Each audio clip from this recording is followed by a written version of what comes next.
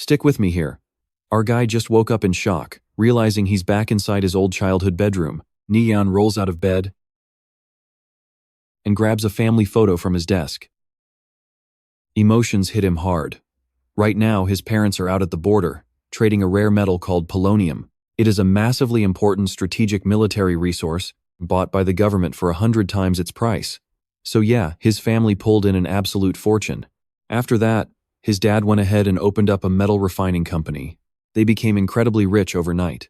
But of course, the good times just were not meant to last at all. By the time Nie Yan turned 25, his dad's business got completely crushed. They were targeted and cornered by the massive Century Financial Group, led by Cao Xu. Even the friends and relatives his dad trusted most, Cao Xu threw mountains of cash at them, and they sold his father out instantly. His father's entire company. Now watch closely. This is where it gets dark. Bankrupt and totally broken, his dad tragically ended his own life. His mom fell sick from the sheer exhaustion and grief, passing away shortly after. As for Nie Yan, growing up rich in his past life made him lazy. He basically never accomplished a single useful thing himself. With his parents gone, he had zero options left. So he took the most extreme route possible, trying to drag Cao Xu down to hell with him. But now, the heavens have actually given him a second chance at life. This time around, he absolutely refuses to lose a single thing ever again, whether it is his parents' business empire or even his very own life. Coincidentally, this is the exact moment the massive game Conviction just officially launched. I know what you're thinking, a game? But trust me, this virtual reality world completely rewrote reality in his past life. Later on, countless mega financial groups started pouring all their investments right into Conviction. Even Cao Xu's Century Group built their entire massive fortune starting directly from this exact game. Conviction very quickly evolved to become a literal second world for all of humanity. In his past life, Nie Yan was also a dedicated player, taking the thief class, reaching an insane level of 180. He quickly glances at his watch. Today is only July 25th, back in the year 2025. That means the Conviction servers have only been open for 7 days. He is still early. Right now, the absolute highest rank on the game's leaderboards is probably only sitting around level 5 at most. Plus, he holds 10 years of future memories. Catching up to those guys will be an absolute breeze. This is the perfect opportunity for him to completely flip his dark past upside down. If he remembers things right, the current Nie Yan still has a tiny bit of savings left, just enough to afford the absolute lowest tier gaming helmet. Right then, his mind is locked onto one single thought. Just you wait, Cao Xu. You completely bankrupted my family and caused my parents' tragic deaths. This time, I am absolutely changing everything. No hesitation. Nie Yan throws on a jacket and heads straight out to buy that gaming helmet. Even though he is starting a full 7 days behind the other newbies, holding that helmet in his hands, he feels nothing but pure confidence. After all, the guy has literally been reborn. He can easily crush every single opponent out there and climb straight to the glorious peak of this game, Conviction. Nie Yan slides the helmet on, booting up the newbie login process right away. First thing on the list, picking a starting nation. In Conviction, the massive world map is split up into 3 main factions. First up is the Righteous Faction of Light, which includes both the Greenland Empire and the Saturn Empire. Now, the Greenland Empire is the main territory of humanity, being run by the Elder Council. As for Saturn, it belongs to the dwarves. And trust me, you and I are going to love his next move. Stick with me. We are diving into beastmen, elves, and the evil Dark Order factions, including the ruthless Demon Spear and Undead tribes. They operate as absolute dictatorships with zero mercy. But hey, if peace is your vibe, you got options. The Giant Tribe handles the neutral, good faction. Now, in his previous life, our guy Nie Yan picked the Gale Thief class in the Greenland Empire. He poured years of sweat into it. He mastered every single skill and every single quest for this specific rogue class. So, choosing it again is the absolute best move to max out his advantage in this second life. And just like that, Nie Yan locks in the exact same starting choice as before, becoming a rogue born right in the Greenland Empire. But this time, he picks a totally different in-game name for himself. Nirvana Flame, character creation complete, immediately dropping Nie Yan into the city. Kalor City. Man, that heavy nostalgia hits incredibly hard today. Level 1 gives him exactly 5 free stat points to use. He throws 3 of them straight into raw strength. The last 2 hit agility. In his past life, he messed up bad. Watch closely. You and I know he wasted so much time leveling up before. He is absolutely not repeating that today. First stop, Nie Yan heads straight to the Color teleporter. This magical portal connects you to every major city, small town, and village in the entire empire. Right here, he spots a guy loudly peddling some gear. A top-tier level 0 white dagger. Gives a +2 to attack, which is literally 1 point over the starter blade. Only 2 coins, limited stock of 3, grab them before they vanish. Nie Yan knits his eyebrows together, instantly super annoyed by the obvious scam. That's simple. That basic white dagger is barely worth 1 coin over in Linktown, and teleporting there is absolutely free. In his previous timeline, he foolishly bought one right here, totally wasting his cash before finally realizing he got completely scammed. You see where this is going, right? He remembers everything. No way he gets scammed again. Anyway, just steps away. Another player is shouting, selling a stealth skill book for 6 shiny coins. He heavily hypes it up for rogue players. A massive crowd stops to watch, but everyone complains that 6 coins is just insanely overpriced. It is not that they do not want it. They basically just cannot afford that crazy price tag. Nie Yan. Hearing the word stealth, he immediately stops in his tracks. Hey, how much for the book? 6 coins flat. Yeah, that price tag is definitely steep. But stealth is easily the most broken foundation skill in the entire early game for rogue players. For someone like Nie Yan, grabbing it right now is absolutely essential. Based perfectly on his past life memories, the small town's wildcat zone actually hides a secret treasure chest. The skill opened from inside it will massively boost his overall leveling speed. But that place is a brutal level 5 monster area, while most players right now are barely level 2 or 3. Nobody has gone there yet. He needs to seize this chance fast. So, Nie Yan steps right up and throws out a crazy offer. Hey man, give me this stealth skill book for absolutely free. And in return, I will tell you a massive secret. A secret that will let you farm dozens of those stealth skill books in a single day. Looking at him, Nie Yan is basically a level 0 noob with 0 credibility. The stall owner instantly scoffs right in his face. Get out of here. What kind of psycho demands my expensive loot for absolutely free? That is a totally expected reaction. Nie Yan does not even flinch or get angry. He just calmly continues. Relax for a second, man. If my memory serves me right, all these fancy stealth books drop straight from the fallen shamans over in Spirit Town. Am I right? Well, this time, trust me, we are about to witness one absolutely priceless reaction. Let's dive right in. He casually drops the exact coordinates for that skill book, making the guy seriously hesitate. The player actually starts believing our boy holds a massive secret, a crazy method to farm dozens of skill books in just a single day. But come on, Nie Yan is literally level 0, so he looks incredibly sketchy. Despite the massive red flags, the guy decides to gamble on him anyway. After all, he farmed 3 books today, so handing one over for free is fine. Even if it is a scam, he barely loses anything. Flying. Stone has traded an item with you. Nie Yan instantly gets the fresh system notification pop up. With the skill book secured in his hands, he casually reads out another hidden coordinate, telling Stone to head there to find the fallen shaman and approach the fallen shaman camp. Just like that, he could easily farm dozens of these stealth skill books a day. Stone looks absolutely hyped, declaring he is going to test it out right this second. Nie Yan quickly wishes him good luck, carefully warning the guy that the fallen shaman also drops the night perception skill. If you get any extra copies, remember to gift me one. Do not worry, brother. As long as your tip is real, I will send the skill over right away. Having said that, flying, Stone instantly rushes off, while Nie Yan, having finally secured his target skill, stealth is locked in, so it is time to open the hidden treasure chest in the Wildcat Zone. He immediately arrives at the foothills, testing out the brand new stealth skill he just learned. It conceals his aura perfectly, making it really hard for same-level enemies to spot him. Only those monsters with levels that are way higher than his own will have an easy time detecting his completely hidden presence. The moment stealth is activated, Nie Yan does not waste a single second. Now watch closely here. He sprints straight into the dark, incredibly gloomy wildcat forest. These various leveled cats might look harmless, but they are absolutely ready to brutally attack anyone who dares to trespass. Nie Yan has already spotted a shiny silver treasure chest sitting right up on a nearby tree branch. By the way, the treasure chest tier system in Conviction is divided into 5 levels. Lowest is the white wooden chest, moving up to silver, then the golden tier, dark gold, and the highest is legendary. The higher the chest level, the more insane the loot inside. And the loot is fixed once someone grabs it, it vanishes for good. That silver chest up on the tree clearly has not been discovered by anyone yet. I know what you are thinking.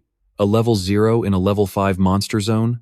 Nie Yan cannot really fight, but the massive perk is that even if he dies, he will not drop any experience points or gear. Nie Yan triggers his stealth skill once again. Then he sprints straight toward that chest like lightning. Right now, his stealth can only last for a total of 2 minutes. Meanwhile, unlocking the chest takes a certain amount of time, demanding his speed to be absolutely off the charts. But just as he is about to reach it, a wildcat actually spots Nie Yan. Luckily, it completely misses the attack. Looks like he really cannot get too close. They can sniff him out easily. To dodge the hit, Nie Yan does a mid-air flip. Taking 0 damage, he finally reaches the treasure chest. The unlocking process officially begins, and Nie Yan is honestly sweating bullets right now, because the protective effect of his stealth skill could literally be wiped out at any second. Ultimately, he spends exactly 27 seconds opening the treasure chest, finally seeing the skill book resting inside. Nie Yan is absolutely thrilled. He finally got his hands on it once again. Trust me, you and I are watching his perfect leveling path start right here. That epic book contains the Vital Strike skill, which guarantees massive bonus damage whenever you strike an enemy directly in their critical weak points. 150% bonus damage on every single hit. 30-second cooldown timer. For a Thief class player, this skill is an absolute god-tier masterpiece. Stick with me here, because this one skill just cut his early leveling difficulty right in half. Nie Yan instantly locks in the new skill, right as his stealth ability timer finally runs out. His entire body instantly pops out of hiding. Those wildcats go absolutely crazy, but he doesn't care at all. He literally drops down from the tree on purpose. He definitely cannot beat these beasts. And he definitely doesn't plan to. Because in the conviction game, dying means dropping your hard-earned experience points and all your valuable gear. But right now, he is a level 0 newbie, rocking nothing but basic starter clothes. Dying right here means absolutely 0 losses for him. So, without hesitating, just like that, Nie Yan gets shredded by the wildcats, forcing the system to teleport him back to town. Spawning at the nearest safe zone, he grins. Time for phase 2 of his master plan. Time to level up. But wait, Nie Yan actually needs 20 gold coins, and new accounts only start with 10. So he has to hustle up some quick cash before doing anything else. Following his past memories, Nie Yan heads to a tiny village, where, if his memory serves him right, he can pick up some crucial NPC starter quests. First, he tracks down the NPC Hunter Cloud, and successfully accepts a specific mission to gather 20 enemy skulls, and from silver gray giant rats. After that, he casually walks over to Farmer End, taking another job to hunt down 50 silver gray giant rats. But watch closely here. The real hidden quest comes from Pharmacist O, who he visits last, because grabbing those first 2 missions at the exact same time is the only way to unlock this secret, a pro secret that only he knows about. Now he needs to collect 21 silver gray giant rat tails for O. Basically, every single quest on his list right now perfectly lines up around that exact same rat swarm. These silver gray giant rats are level 1 monsters, sitting at exactly 53 max HP, using his newly unlocked critical strike ability over and over. Nie Yan easily dominates them without taking a single hit. Even when he farms those rats for just a bit, he actually gets a solid drop, normal quality tough leather leg guards, adding a clean 4 points to his defense. Tossing these leg guards into the auction house should easily fetch at least 7 coins. Smirking, Nie Yan pockets the loot, and then he goes right back to spamming critical strikes, wiping out even more of those giant rats. Over an hour later, Nie Yan finally returns to the tiny village, turning in all those missions for Hunter, Cloud, Farmer End, and Pharmacist O. His grand prize? 34 shiny gold coins and 3 beginner health potions. You and I definitely didn't expect free health potions here. Clearly, this hidden quest reward is way better than anyone imagined. Moving right along, Nie Yan throws those leather leg guards onto the auction block. Sold instantly. Pockets feeling a little heavier now, his next crucial stop is straight to the local weapon shop. Right here, Nie Yan asks the shop owner to sell him a specific crossbow, something a level 0 weakling like him can easily equip, packing an attack power at level 3 or higher, firing speed at 12 or higher, priced around 40 gold coins total. Despite all of Nie Yan's crazy specific demands, The shop boss actually pulls out the exact perfect weapon. He even brags that it is his personal masterpiece. That tiny hand crossbow features a sick 3-shot burst effect, plus 5 to attack power. Base speed is only 8, but thanks to that rapid fire, the actual speed hits around 15. 30-meter range for only 35 coins. Trust me, you're going to love what he does next. Stick with me, he locks it in, 0 haggling. Plus 9 extra bags of low-quality crossbow bolts, grabbing 1,000 per bag. Spending all 44 copper coins in his account, he walks out of that shop fully armed and ready. Nie Yan immediately heads straight to a specific location he had already planned out. The Bison Plains. In Conviction, level suppression is an absolute rule. Every 5 levels creates a massive, impassable power gap. Every single bison here is a level 8 monster. Even the absolute top-ranked players right now wouldn't dare stand face-to-face against them, let alone trying to deal with the incredibly strong boss monsters roaming around the Bison Plains. Finding a boss is insanely rare in this game, but honestly, that is only a major problem for the regular players. Now, pay attention here, because as a regressor, you and I know Nie Yan can absolutely crush these Plains bosses no matter how high their level is. He is absolutely confident about this, even though his own level is literally just a flat 0. Before long, Nie Yan finally steps foot right into the Bison Plains area. Arriving at the exact coordinates burned into his memory, he finally spots his true target. A massive level 8 bison boss boasting a max HP of exactly 300. From this exact distance away, Nie Yan gets the absolute perfect angle to use that cheap crossbow he just picked up at the shop. He raises the weapon, triggering its special effect to fire off 3 bolts at the exact same time. 3 direct hits. But get this, even after activating his critical strike skill, those 3 bolts barely scratch it, dealing just a single point of damage to the boss. The level gap between him and this massive target is just way too huge. That minor detail doesn't bother Nie Yan at all, mostly because he brought 9,000 bolts with him. He will absolutely take this beast down. Staying back at a completely safe distance, he fires off 3 more shots, dropping the angry bison boss down to exactly 298 HP. This time around, that massive monster goes absolutely berserk. Spotting Nie Yan standing nearby, it instantly charges straight at him with pure killer intent. But seeing this massive beast attack, our guy doesn't even flinch. I know exactly what you're thinking. Is he crazy? No, because he knows a proven future terrain glitch means this boss literally cannot reach him at all. In other words, standing exactly on this spot makes him completely immune to attacks, leaving Nie Yan to just casually keep firing his crossbow all day. It's a really slow process, since every single shot only chips away 1 HP, but his patience is honestly on another level. 3 brutal hours later, the bison boss is barely clinging onto its last sliver of life. The beast roars out in pure pain and fury, while Nie Yan has already burned through nearly 4,000 bolts. With the very next shot, its health bar finally hits flat 0. The monster lets out one final agonizing cry before collapsing onto the dirt. Even though this strategy felt a little bit clunky today, it proves his past life experience guarantees him absolute success. Defeating the boss, plus an insanely huge 1,800% EXP bonus, hands him exactly 8,290 experience points. In just a flash, Nie Yan immediately jumps up 2 whole levels. Next up is the sweet loot drop. He actually manages to pick up a solid bronze tier dagger. In Conviction, gear is divided up into basic, bronze tier, silver, gold, all the way up to legendary tier. Since boss and elite monsters are so incredibly rare, and actual lord levels are even harder to find, so what do you and I learn?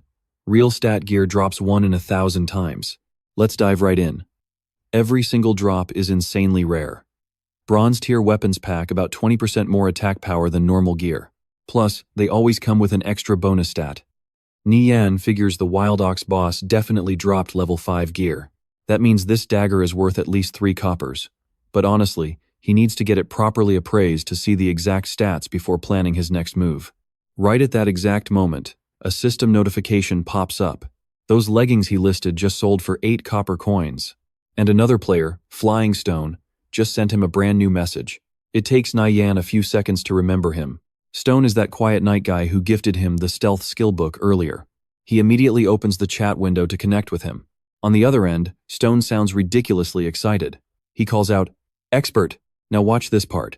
He reached the farming coordinates, and it is absolutely incredible. I've already found 2 copies of stealth, and my leveling speed is way faster than it ever was before. Expert, I only gave you a single stealth book, yet you leaked this insane farming spot to me. Honestly, aren't you taking a massive loss on this deal?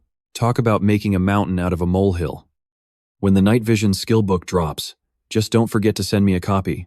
Nie Yan casually replies back. Yeah, sure thing. Stone nods furiously, making a firm promise to send over any new skill books the second he gets them. But then he asks the big question. How did you even know about this spot? Weren't you literally just level 0? Nie Yan replies. I used a different account before. Right now, I'm just using this one to grind the thief class. Nie Yan makes up a smooth excuse, which honestly isn't even a lie, because in his past life, he really did play as a thief. Hearing this, Stone nods completely convinced, amazed that Nie Yan's previous account level must have been ridiculously high, probably even ranking straight in the top tier. Then he starts pressing for way more details, specifically asking if Nie Yan's old account had ever completely cleared the Fallen Shaman Camp dungeon before, because these past few days, we all felt that Sting's team completely wiped, losing all their gear and hard-earned experience points. So he wants to beg for some pro tips. Nie Yan instantly seizes the chance to make a profit, offering a complete strategy guide for just 2 silver. Absolutely 0 haggling needed. Stone's voice shoots up in pure hype, loudly yelling, "Expert! You seriously have a guide for the Fallen Shaman Camp? I completely trust you. 2 silver coins, right? Just wait for me. I can definitely convince my team captain to pay up." Wrapping up the chat with Stone, Nie Yan doesn't have a single second to relax. He has to quickly go appraise that new bronze dagger he just looted off the boss. He teleports back to the small town and heads straight to the appraiser NPC. The girl there demands a massive 10 copper appraisal fee. Based on his veteran game knowledge, Nie Yan knows the system's NPC appraisal fee is usually set right at 5% of the item's baseline system value, and actual market price? Usually about 6 times higher, meaning this single bronze dagger is easily worth up to 12 coins on the market. So he confidently pays out of pocket for the appraisal, getting back a super detailed stat screen. The item is called Ox Horn. 1 pound weight, pure bronze quality. Level requirement is 0, granting 18 points to attack power and an extra 5 points to strength. The usage limit restricts it purely to the thief class across absolutely any faction. Plus 5 to strength? Trust me, we're about to see these base stats change absolutely everything. This weapon packs a serious punch, with 10 more attack points than any normal dagger. And trust me, you and I know this stat gap makes him totally invincible right now. Gripping the bronze dagger tight, Nie Yan can absolutely not hold back the pure hype bubbling up from deep inside. He has the weapon now, plus he already learned critical strike and the stealth skill. At this point, Nie Yan is only missing one thing, the ability to survive long battles. As a thief class, if you want to keep fighting for a long time, you have to choose between leveling up your combat bandage skill or stacking up on health potions.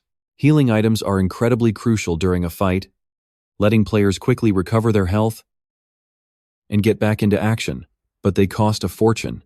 However, that is honestly only a problem for normal players. For someone who reincarnated like Nie Yan, making big money is absolutely not an issue. He can buy potions super easily now, so focusing on learning the combat bandage skill seems way more suitable for his playstyle.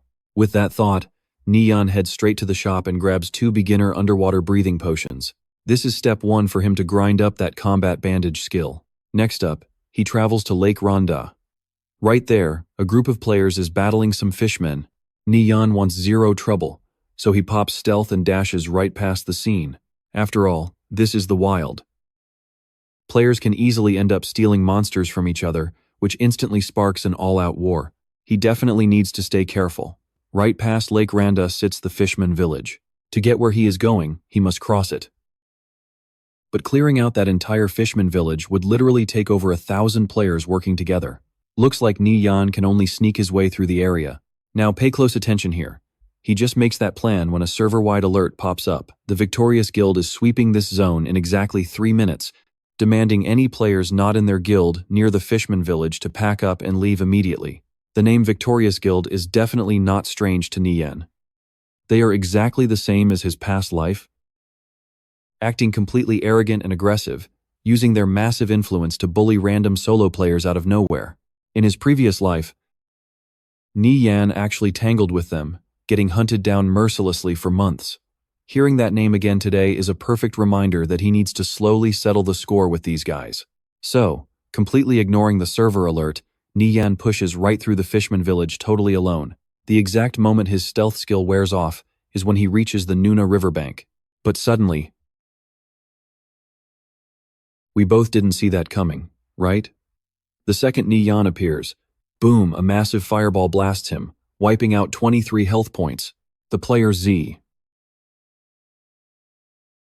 Huo is currently attacking you, and you can now execute self-defense protocols. You have exactly 3 minutes. Nie Yan receives the system warning, and at the same time, the enemy quickly steps out of the shadows. Sorry man, solo players like you are not allowed in this area. Get lost while you still can.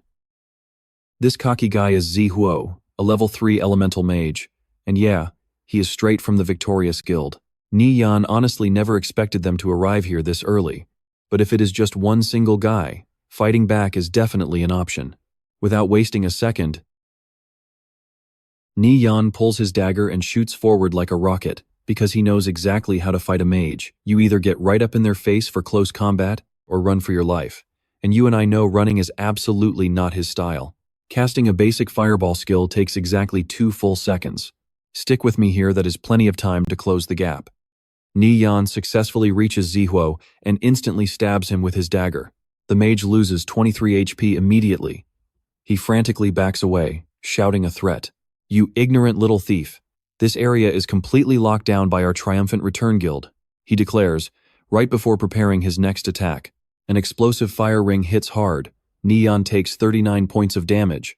He pops a basic health potion, instantly recovering 89 HP in a flash.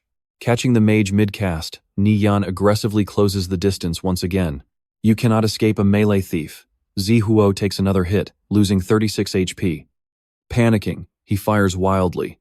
Seeing Nie Yan tanking so many of his magic attacks, Zihuo assumes the thief's health must be sitting at absolute 0. Meanwhile, he still has 51 HP left, feeling incredibly confident. Watch closely now, he genuinely believes one more fireball will end this fight. Give up your life. This is the end. This is what you get for crossing triumphant return. Zihuo roars, casting another fireball. But Nie Yan doesn't flinch, charging right into the attack, taking the direct hit on purpose, knowing he has enough health to survive. He reaches the target, and a massive critical strike is instantly activated. And the one whose health hits 0 is Zihuo. He is terrified, trembling from head to toe, absolute disbelief written all over his face. Impossible. You are literally just a pathetic level 2 thief. How are you surviving my fireballs? Exactly how much HP do you even have? You and I know that arrogant smirk. Suddenly, the mage figures it out. I get it, instant health potions, but you are just a solo player, a level 2 thief. Where did you get the money for those? The answer? Keep guessing until you respawn back in the beginner town. Think about it there, Nie Yan replies, as Zihuo completely vanishes. Because of his death penalty, he drops a level 0 bronze magic staff. Nie Yan instantly scoops it up, knowing it sells for over 10 copper coins. The rest of the Triumphant Return Guild will definitely arrive here fast, so hanging around isn't an option. And sure enough, moments later, other players notice someone actually killed Zihuo right by the lake.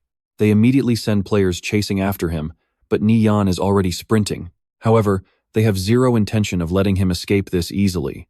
A straight sword skill attacks him from behind, a seriously fierce strike. It slashes down decisively, but Nie Yan gracefully dodges out of range. This leaves the attacker absolutely stunned, thinking to himself in pure shock. This guy's movements are incredibly agile. How did he even dodge that? But Nie Yan isn't here to waste time fighting a pointless battle. He quickly drinks the water-breathing potion he purchased earlier. Realizing he plans to dive into the lake, the pursuing crowd panics. They spam every skill they have, desperately trying to stop his escape. Too late. Nie Yan plunges into the water and disappears from sight. No breathing potions means they are stuck. Trust me, you'll love what happens next. Let's dive in. The Kai Tuan Guild backup? They arrived shortly after, but completely useless. Nip Ngon was already long gone from the scene. They immediately contacted Tu Hua, angrily demanding the exact in-game name of the rogue who just ambushed him out of nowhere. Tuhua quickly gave them his tag Nie Yan. Nie Yan, huh? Oh, they definitely memorized that name for later. Next time I catch you, you are dead, kid.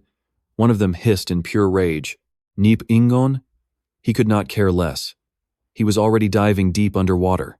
His whole goal at Lake Nyanda? He remembered a hidden treasure chest sitting right at the bottom. It didn't take him long to find it at all. Inside the chest was the legendary mermaid water repellent pearl, a highly special item that comes with a built-in underwater breathing skill. Once you activate the skill, you get exactly 30 minutes of underwater breathing. The cooldown time is 12 hours. Sure, it wasn't exactly a top-tier mythical piece of loot, but for Nie Yan right now, highly useful. But just as he was thinking that, a sharp weapon. Now, watch closely here. A trident shot out from nowhere, barely grazing his cheek. Mermaids were actively attacking him. Looks like he accidentally wandered right into the middle of their main lair. And honestly speaking about this, underwater, Nie Yan was absolutely no match for these aquatic fighters. Fighting them head-to-head was a total death wish. But right at that exact moment, the mermaid village onshore got blown up by the Kai Tuan Guild. Because of that huge explosion, every single mermaid rushed back up to defend their home. Nie Yan's extreme danger level temporarily dropped right down to 0. Swimming a bit further, he discovered Lake Heart Island. The very second he surfaced, he heard a terrifying scream echo out. He spotted a girl struggling up on the shore, and honestly, she looked extremely familiar to him. It was Du, his former Holy Mage teammate. From his past life, he never expected that after reincarnating, he would bump into her right here. Back then, they shared quite a bit of heavy history. You and I both know this is pure fate, right? Meanwhile, Du was desperately swimming out to sea to dodge 3 vicious monsters actively attacking her from behind. Seeing Nie Yan suddenly appear made her absolutely panic, terrified he might flank and attack her, leaving her with absolutely 0 escape routes. But as he swam closer, he literally leaped right over Du's head and instantly launched a massive critical strike, sending those attacking monsters straight to the grave. With him backing her up like that, the mage gained some serious confidence. She quickly turned around and fired her magic skills to heavily support him. Their combined team combo damage was absolutely massive together, and in the very end, they successfully wiped out all 3 of those giant spiders. Safe on shore, Dio was super grateful, thanking Nie Yan profusely. He just brushed it off. No need to be so polite, it was nothing. I am Nie Yan, and you? Hearing that name, she froze in absolute shock, thinking to herself, Nie Yan? Nie Yan? Wait, could this actually be the Nie Yan I used to know? Hiding her inner suspicions, Dio immediately fired over a quick friend request to him, then introduced herself. Thanks for the save, Nie Yan. I am Dio. Let's add each other. I will definitely pay you back for this save later.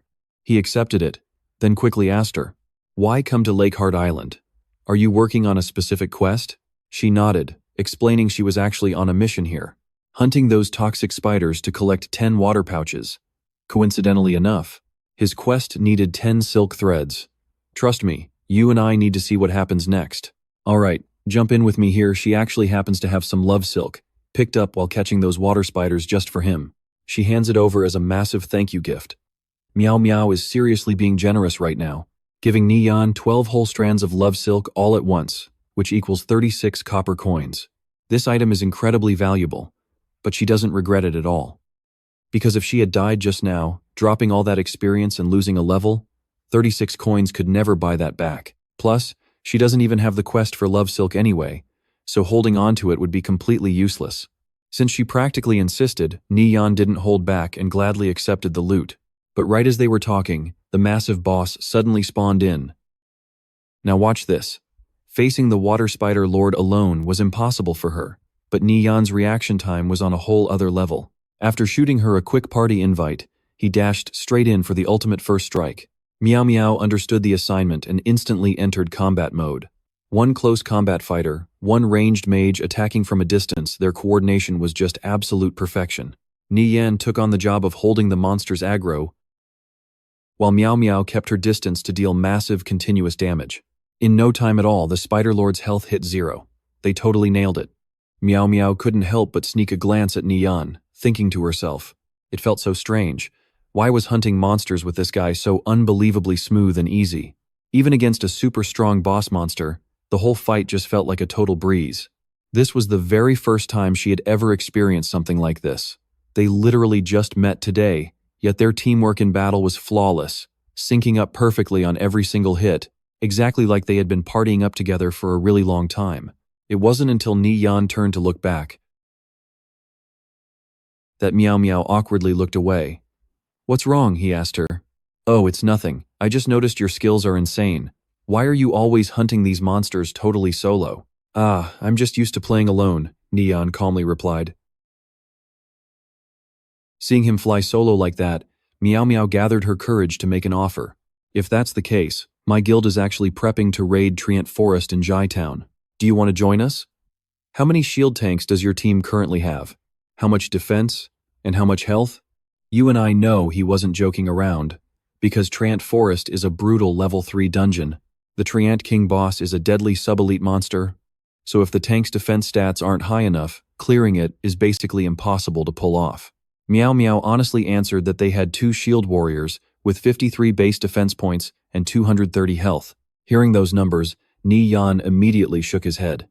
He explained the Treant King has a 2% critical strike chance, which means any shield warrior's defense under 60 points will just get instantly wiped out. Plus the priest's healing output really needs to keep pace. After listening to his intense breakdown, a hint of doubt totally flashed across Meow Meow's face. The Treant King can deal critical hits? I have literally never heard anyone mention that before. How do you even know all of these crazy hidden details? Even though she was slightly skeptical, she didn't think Nie Yan was lying, but her squad had been grinding for days to prepare, so they couldn't just give up halfway. Regarding that defense requirement hitting the 60 mark, to succeed, they would need to farm at least a full set of bronze-tier defense gear. But achieving that was just way too difficult for Meow Meow to manage.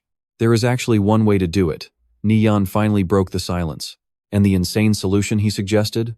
Letting him take full command of Meow Meow's entire raid team. Hearing that wild demand, her face instantly fell flat. "So what do you and I make of this?" She absolutely trusts his combat skills, but convincing her whole guild to follow him? Not gonna happen easily. "Alright guys, stick with me here." Even after convincing the squad, Meow Meow still wanted to test her luck. With the plan set, they finally checked out the boss drop, wondering what good loot that water spider dropped. Luckily, Meow Meow had learned the appraise skill. Appraising saved them so much time. First item up? The Star Silk Amulet. Bronze tier, 0 level requirement. It boosted defense by 2 whole points. Added 3 magic points, weighed 1.3, and was strictly for mages. Since it was clearly mage gear, Nie Yan didn't even hesitate. He tossed it straight to her. At first, she was totally hesitant to take it. What about his share? But honestly, Nie Yan wasn't losing out at all. Because besides the amulet, the boss also dropped rare spider silk and an assassination skill book. Strictly for thieves. Basically, a perfect match for him.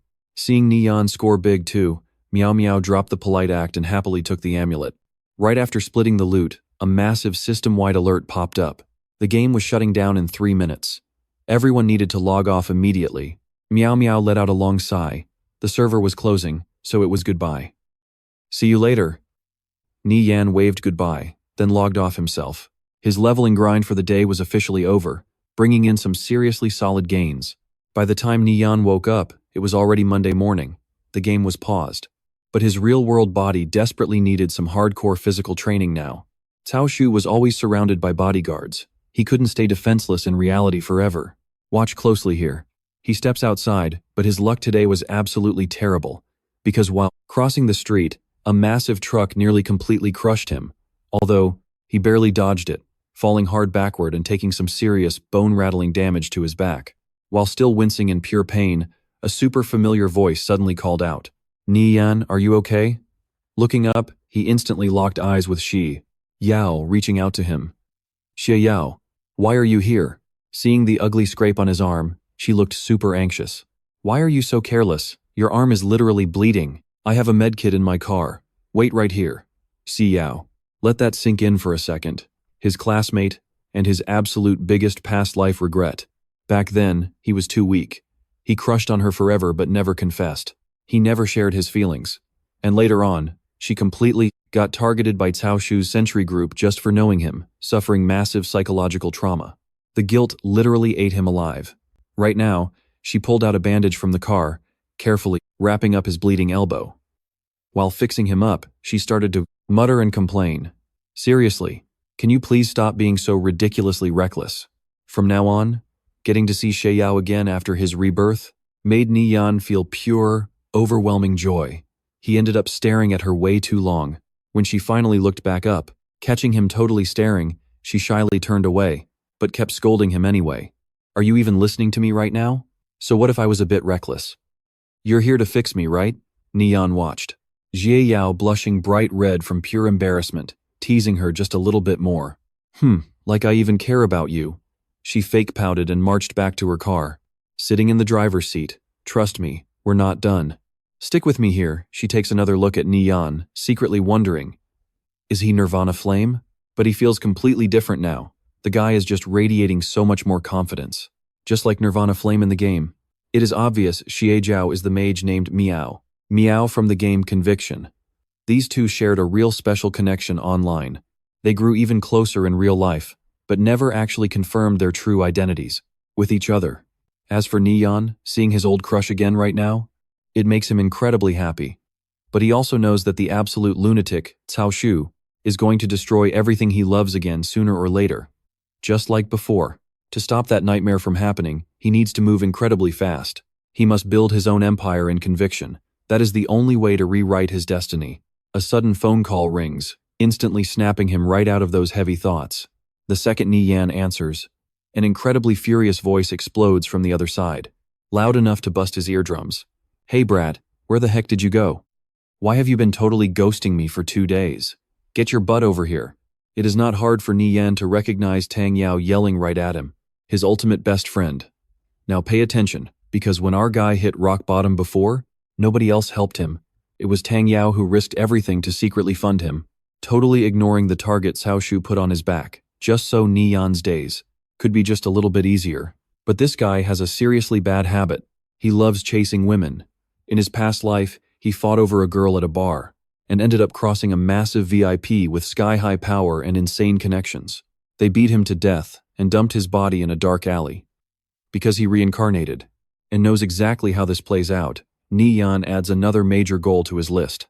He absolutely will not let his best bro suffer that brutal tragedy ever again. He heads to Tang Yao. The second they finally meet, the guy throws an arm around his neck, acting just as goofy as his past life. Finally caught you, little punk. You know that game Conviction is blowing up everywhere right now. Are you playing it? Yeah, my Gale Thief class just hit level 2. Nice work. 2 levels already? Come on, let's head out right now. Let's do some PK. I am an arcane mage at level 4, ready to fight. This place is a gaming club. And trust me, you and I know what happens here. Players log in with their characters for some heavy PK battles. But this specific type, it will not ruin your actual game progress. For example, if you completely lose, you drop 0 experience points. But if you throw down in PK, you better bring some bets. A prize pool is totally mandatory, usually 1 or 2 pieces of high-tier game gear. And Tang Yao? He is the absolute definition of a hardcore gambling addict. Win or lose, he loves it. Walking into the club lobby, they immediately spot a familiar face. It is Wei Kai. He already hates Tang Yao's guts, so the second he sees him, he instantly starts mocking him. Oh wow, if it isn't the great young Master Tang? Perfect timing. Are you getting ready to hand me free money with both hands again? We will see who is paying who today. Tang Yao angrily claps back. Wei Kai glances over and notices Nie Yan, raising his incredibly obnoxious voice even higher. Little punk Nie Yan, you came too? Didn't I teach you enough of a lesson last time? Ha ha ha.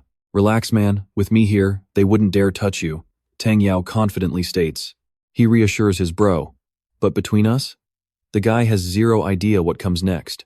Alright, stick with me, our boy Nie Yan just reincarnated with all his past memories. He is absolutely no longer the timid, weak punching bag from his previous life. But Wei Kai immediately notices something is off, because he remembers perfectly well just how cowardly Nie Yan used to be, completely contrasting his icy calm vibe today. While Wei Kai is still trying to wrap his head around this change, Tang Yao starts shouting, "Stop wasting time and get over here. 200 yuan a match." Wei Kai instantly steps into the opposite spot, kicking off a brutal player versus player match. a level 3 berserker facing Tong Yao, an arcane mage of the same level. They throw on their virtual reality helmets and lock into the duel mode. Meanwhile, Nie Yan just stands on the sidelines watching them closely. Honestly, a berserker already packs some serious attack power that you cannot underestimate, and yet these two actually spawned into a wide-open plains map. Nie Yan takes one single glance, and instantly knows this map is totally stacked against mages. Tong Yao is definitely losing 200 yuan today. Hey Nie Yan, stop watching. That idiot Tang Yao is guaranteed to lose this round. How about we play a round 2? Suddenly, an annoying bully steps up to provoke him. You might expect him to panic, but watch closely, he actually agrees on the spot. Fine, but just one match. Plus, if the bet is too small, I am absolutely not interested. This totally arrogant, I do not care vibe drives this guy totally insane. Stinky brat, how dare you act so tough? In that case, I am going to teach you a brutal lesson today. I have exactly 700 yuan on me. Let's bet it all on one match. Reborn Nie Yan literally fears nobody, so he confidently steps into a player match against Shifeng, a level 2 ranger class. Unlike Tang Yao's messy fight, their combat zone spawns as a dense bamboo forest. This terrain is insanely perfect for Nie Yan if he uses his stealth move, and the second the timer starts, he vanishes. Coincidentally, Shifeng actually has a similar skill, so in just a split second, both players completely disappear from the battlefield. Nie Yan claims a perfect high ground spot to observe, but cannot spot his opponent anywhere at all. But hey, his 15 entire years of hardcore rogue experience are definitely not just for show. You and I might miss it, but one tiny bamboo sway tells him exactly where Shifeng stands. Moving at literal godlike speed, Nie Yan instantly slips right behind his clueless opponent. His dagger sinks straight into his neck. Shifeng loses 40 health points and screams out, "Since when did you get behind me?" His weapon swings wildly in panic, but because he is so panicked, the aim is terrible. Looking at this wide-open attack, Nie Yan dodges it effortlessly. Game over, he coldly declares, then triggers a massive critical strike, following up with one more devastating combo move, completely wiping out every single last drop of Shifeng's remaining health points. Shifeng gets knocked out cold in just 2 hits, way faster than anyone imagined, leaving the entire crowd absolutely speechless, because nobody in that room even thought that Nie Yan could actually win. But only Nie Yan knows that fighting against a level 2 rookie ranger is basically just bullying a toddler. Meanwhile, on the other side, Shifeng rips off his gaming helmet, revealing a face as pale as a ghost. He simply cannot understand why Nie Yan's movements look so incredibly basic and simple, yet somehow delivered such an insanely fatal blow, staring at his super confident opponent. Shifeng starts questioning since when this kid became such a fearless, absolute beast. Trust me, we will love watching him destroy the very group that bullied him. Wei Kai and Shifeng used to bully him, and he just took it. He suffered in absolute silence.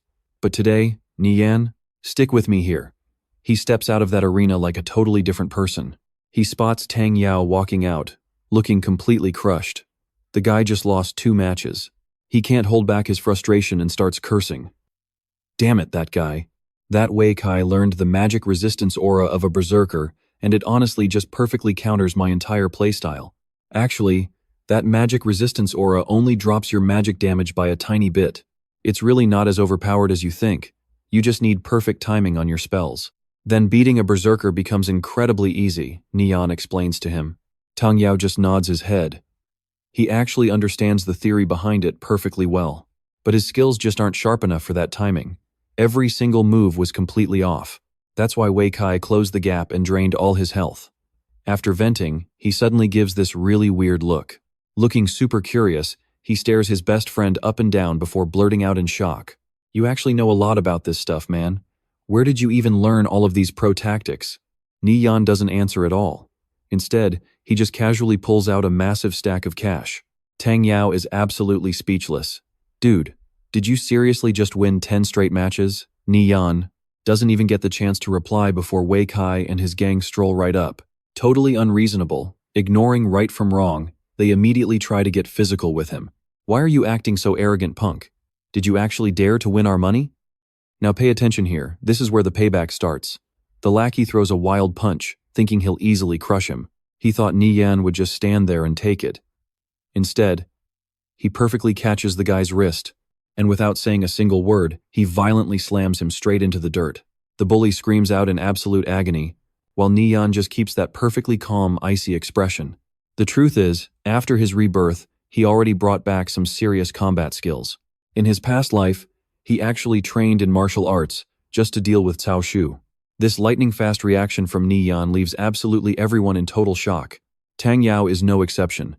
His jaw hits the floor as he asks himself, "Since when did my best friend suddenly become an absolute beast like this?" Shi Feng, the guy who just faced him, saw Nie Yan's ruthless moves firsthand. Seeing his brutal efficiency in both the game and real life, he turns pale and warns his crew. "Hey guys, we really shouldn't mess with him. This dude is absolutely not someone we can easily handle." But nobody listens to a single word. They all just think Shi Feng is acting like a total coward. As the boss of the group, Wei Kai just stands back and observes very calmly. From the very second Nie Yan followed Tang Yao right into the club, he had his suspicions. But you and I both know, he just confirmed everything. He is nothing like the weak kid from before. Because of that, he decides not to use their old bullying methods on Nie Yan anymore. When his lackeys behind him try to rush forward and attack, Wei Kai actually stops them himself. Then he puts on a polite act. "Young Master Nie, did you just beat my underling? It was just a small match, but honestly, he was way too weak." Nie Yan replies. Shi Feng is incredibly furious, but he doesn't dare to talk back, because the gap in their power is just way too massive. Then Wei Kai reaches out, keeping up that fake, polite attitude, and offers, "Young Master Nie, since that's the case, interested in a game with me? Sure thing, but if the bet is too small, I'm absolutely not playing." Nie Yan says it perfectly. Wei Kai pulls out cash. And trust me, you'll want to see what happens next. The guy bets 1,000 credits, holding 3,000 total for the match, meaning 3 rounds. Stick with me here. Tang Yao is getting absolutely furious about this. Their opponent is a level 3 berserker. Meanwhile, Nie Yan is just a level 2 Gale thief. This bet is a classic case of the strong bullying the weak. But surprise, Nie Yan doesn't feel bullied at all. Instead, he decides to go all in. He bets the full 3,000 on a single match. Wei Kai finds this absolutely hilarious. He instantly accepts, refusing to believe a mere thief. Like level 2, Nie Yan could actually beat him. Tang Yao, though? He thinks his best bro has completely lost it. He grabs Nie Yan's shoulders, shaking him like crazy.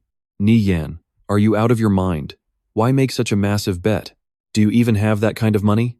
"Nope," he replies without blinking. "That is exactly why I am borrowing it from you." Tang Yao is utterly speechless. He has never seen his buddy acting this incredibly bloodthirsty before. But since Wei Kai always bullies them, Tang Yao is completely fed up too. He agrees to risk it all with Nie Yan. The two opponents step into the PvP zone. The massive mismatch begins. Level 3 Berserker versus Level 2 Gale Thief. Watch closely with me. The battle map is an open, grassy plain. For a thief who relies entirely on stealth combat, this terrain is an absolutely huge disadvantage. Seeing this, Wei Kai's crew cannot hide their smug, mocking grins.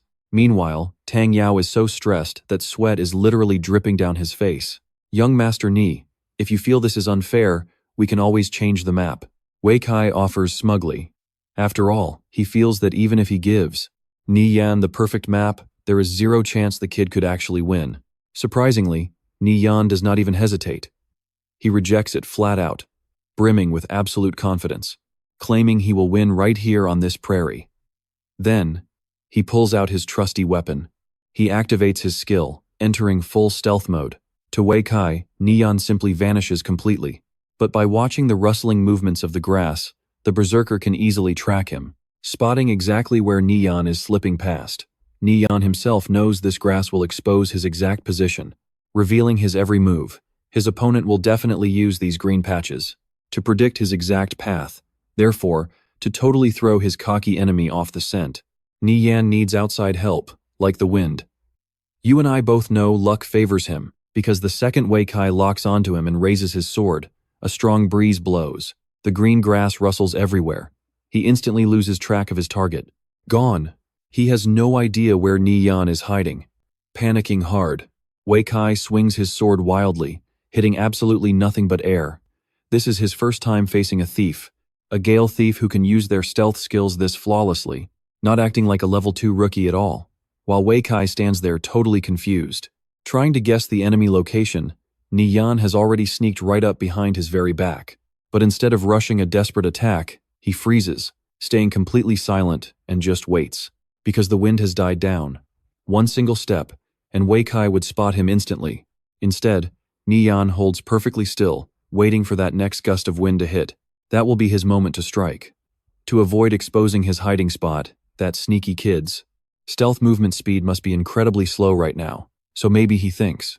He is actually just standing somewhere directly in front of his line of sight. Wei Kai guesses, raising his blade. Trust me, watch this closely. Let's jump right into this. Blade up, tight guard across his chest. Then the wind howls. Instantly, the guy takes a direct hit right to his neck, losing 35 health points. Nie Yan strikes with absolute, brutal precision. Wei Kai barely manages to let out a gasp. He turns and swings his massive blade back, but he is way too slow. Easy dodge. Next, he desperately fires off his whirlwind slash technique. The heavy blade rips right through the empty air, creating a massive tornado-like attack wave. Nie Yan gets clipped a bit but only loses 9 HP. Nothing serious. But in return, he instantly pinpoints his opponent's fatal weak spot in this exact split second. When equipping a heavy greatsword and triggering that whirlwind slash skill, there is an ending animation delay of about 1 second. That delay is the total key to Nie Yan winning this. Wei Kai's whirlwind slash just ends. He immediately slips into full stealth mode, actively seizing this absolute golden opportunity to strike. Nie Yan's speed is honestly insane. In the blink of an eye, he completely closes the gap on him. He runs his familiar textbook combo right here, firing up his lethal critical strike skill, pouring maximum damage directly into the enemy. How is this even possible? The timing. Watch closely here. His skill timing is too perfect. On the outside, Wei Kai's lackeys are literally sweating bullets over this. Meanwhile, a super satisfied little smirk finally appears right on Tang Yao's face, because he knows for a fact that his best buddy truly has the absolute upper hand now. Nie Yan's last brutal combo just made Wei Kai lose another 96 solid HP. His health bar drops down to just 34. One more clean hit and this entire match is fully wrapped up. Wei Kai obviously does not want to lose, but his brain is totally panicking and cannot process anything else anymore. He starts throwing out his skills completely randomly. Flame Slash is his next desperate choice. Wei Kai's blade bursts into raging flames, slashing powerfully toward Nie Yan, hoping to just end it in one hit. Hoping for an instant kill, Tang Yao goes totally pale and screams out a warning. Nie Yan, dodge it. But Nie Yan stays cold, silently analyzing the incoming attack. Wei Kai wants to use Flame Slash to force me back. As a rogue, fighting carefully is my true advantage here, and my HP bar is still looking super healthy. Even if I tank the massive damage from this single strike, I cannot break. Away from my optimal combat distance, Wei Kai violently rushes right at him. He unleashes a brutal frontal downward slash, but Nie Yan easily blocks it with his dagger. You and I know that pissed him off. He screams out, "Arrogant brat, you dare block my skill?" Right as Wei Kai finishes yelling, he quickly steps back, shifting into a fierce combat stance. Linear dash skill, and with that, he shoots straight toward Nie Yan just like a fired arrow. Watching this intense scene unfold, Tang Yao off to the side starts sweating bullets again. This is bad. That dash carries a short stun effect. If he actually gets hit right here, Nie Yan is totally done for. The rival gang standing nearby just laughs and disrespects the kid. This Nie Yan guy is still trying to show off in front of us. He really thinks Boss Wei Kai's legendary techniques are completely useless? Nie Yan bites his lip, perfectly dodging the incoming attack. While dodging smoothly, Nie Yan's hand reaches out and grabs the sharp dagger right behind his back. Seeing this happen, the enemy is fully shocked. He actually dodged it? The linear dash? Dodging at such a crazy close distance? No way. Nie Yan tightly grips his own short dagger, silently doing the math. The dash attack's hitbox is not as wide as his dagger. If I can just lock onto this one tiny opening right now, I will totally win this. Tang Yao violently rushes down from high above, and Nie Yan instantly swings his blade up, slashing right into his face. That's where we leave it. After that brutal clash, both of them are blasted backward. Tang Yao. Alright, stick with me. He crashes to the dirt, completely stunned watching his HP hit 0. Nie Yan drags his dagger across the ground, digging in hard to stop his backward momentum. He took 40 damage from that last hit. Yeah, that wild swing actually managed to graze him. Good thing I struck first. Nie Yan glares down sharply at his totally defeated opponent. The results are obvious. He is the clear winner here. Tang Yao cheers wildly. A level 2 thief just crushed a level 3 berserker. His lackey grabs his head in shock. The boss actually lost. How is this even possible? Why does this kid Nie Yan know a berserker's exact skill range so perfectly? How the heck did he pull that off? Wei Kai gloomily pulls off his headset. Did I really just lose? Tang Yao runs over to Nie Yan, super hyped. Man, you are incredible. Beating a level 3 as a level 2, he replies humbly. Just lucky, I guess. Tang Yao throws an arm around his shoulder. You really know your way around conviction, huh? You gotta teach me how to play like that. Play Alpha. He answers instantly. No problem. I will teach you absolutely everything I know. Seeing Wei Kai walking their way, Tang Yao throws out a cocky taunt. Now watch closely. What's wrong, young Master Wei? Planning to run away from your betting debts? He frowns. Young Master Tang, what do you take me for? I lost fair and square. If you two have some free time later, come hang out at my bar. With that, Wei Kai shoves his hands into his pockets and walks away. Let's go. Big Bang confusedly asks his boss, why be so polite to that kid Nie Yan? He calmly explains, you can't just judge someone by right now. You have to look way ahead. That kid has completely changed. One day, he might just skyrocket straight to the very top. We shouldn't make an enemy out of him.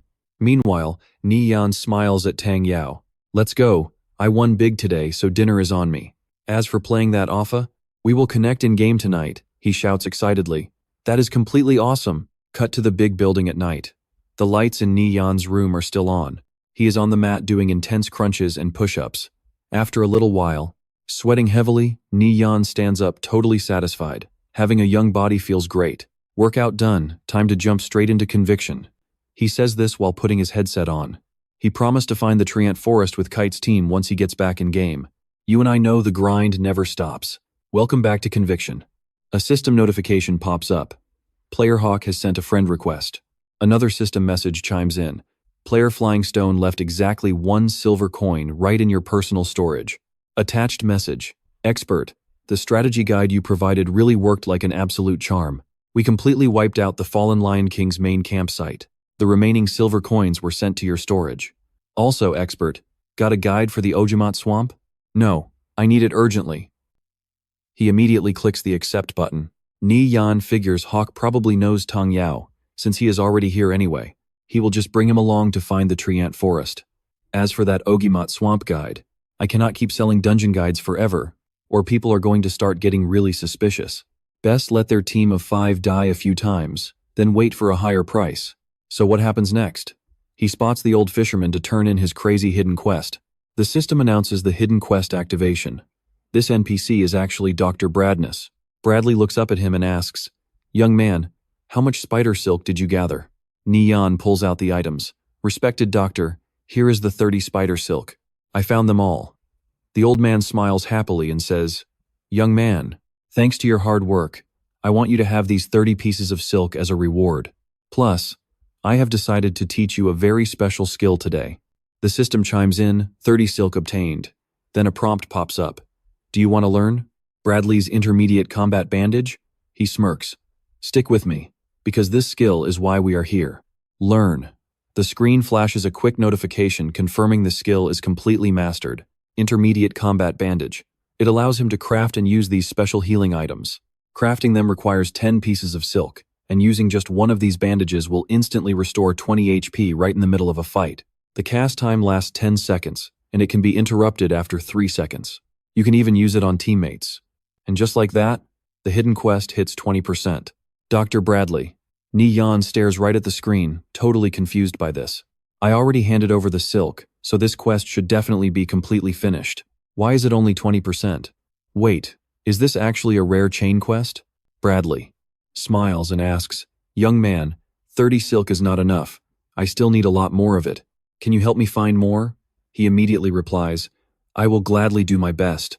Nie Yan thinks to himself, yes, it is a massive chain quest. Suddenly, the system rings out. It is Meow Meow calling, sounding super annoyed. Nie Yan, we are all grouped up. Hurry over here. He just smiles and calmly replies, okay, I am on my way. He figures he will finish this chain quest after the dungeon. First, he needs to secure the Featherfall jewel that drops in the Treant Forest. Cutting to the teleport point, His buddy is standing there with hands on his hips. You and I know dungeons are tough, but that kid Nie Yan promised to carry. So where is he? Right then, Nie Yan walks up from behind, smiling. I am here, let's go. Today I am taking you to hunt the Treant King. From a distance, Meow Meow and her group slowly walk toward him. She smiles and waves.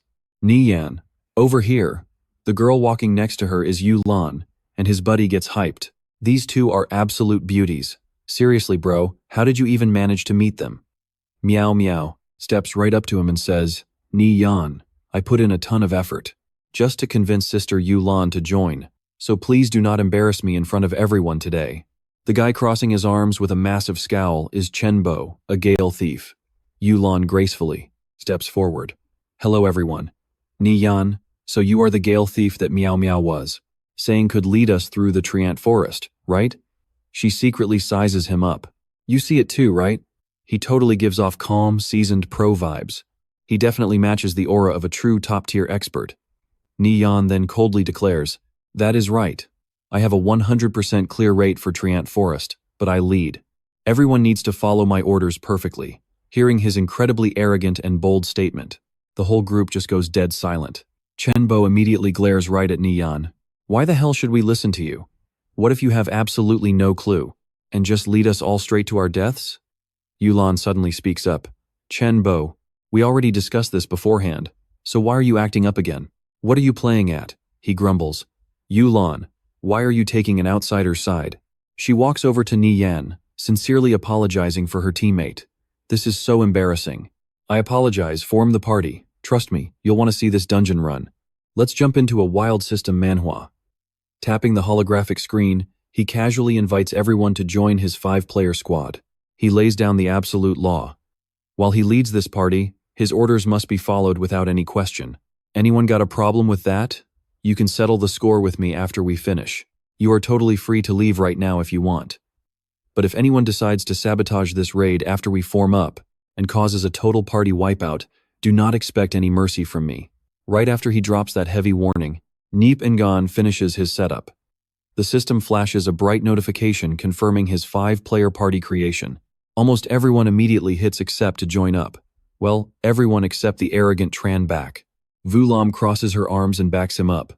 The captain's orders are absolute. Nie Yan's commands are her commands. Anyone thinking about pulling some sneaky tricks in the background? They will be instantly permanently kicked from our squad.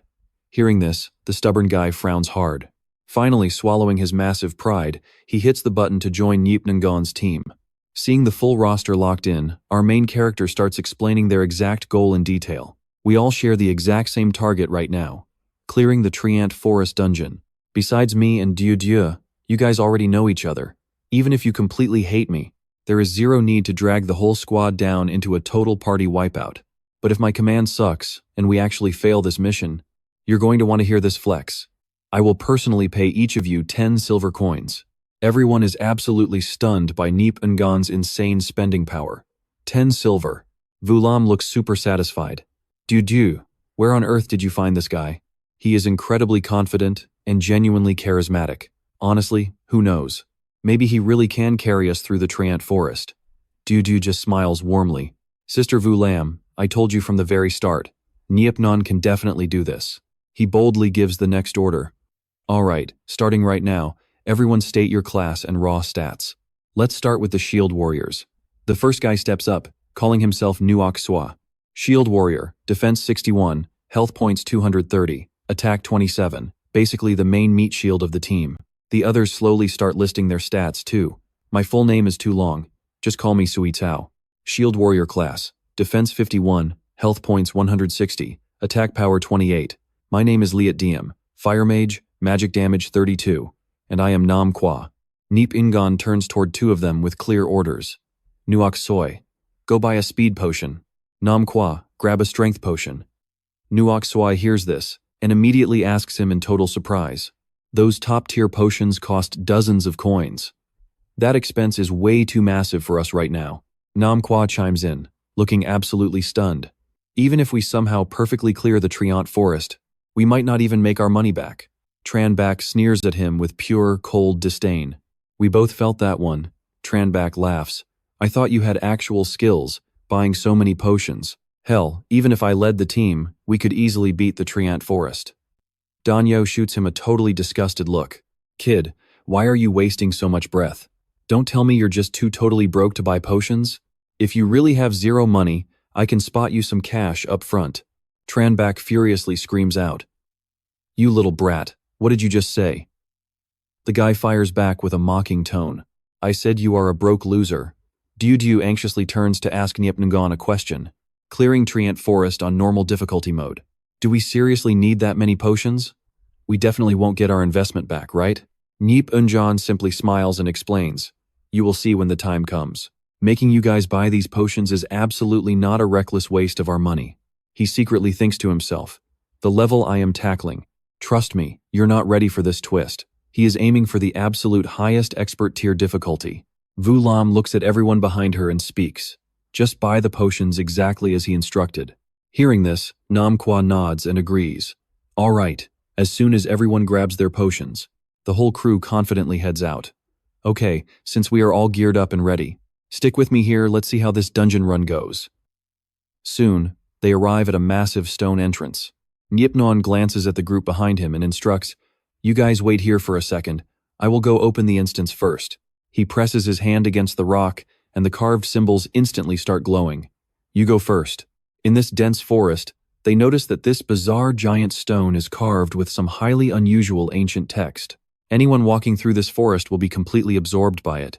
Dewdrops forming in the early morning light, mixing with a distant shepherd's flute. Floating temples hidden within the trees, waking up from deep within forgotten ancient eras. The sleeping souls of the trees, a council member of the Greenland Elders whispers. Traces of dark elves have finally appeared in the woods. Someone mutters back. These damn dark elves. Why won't they just stop?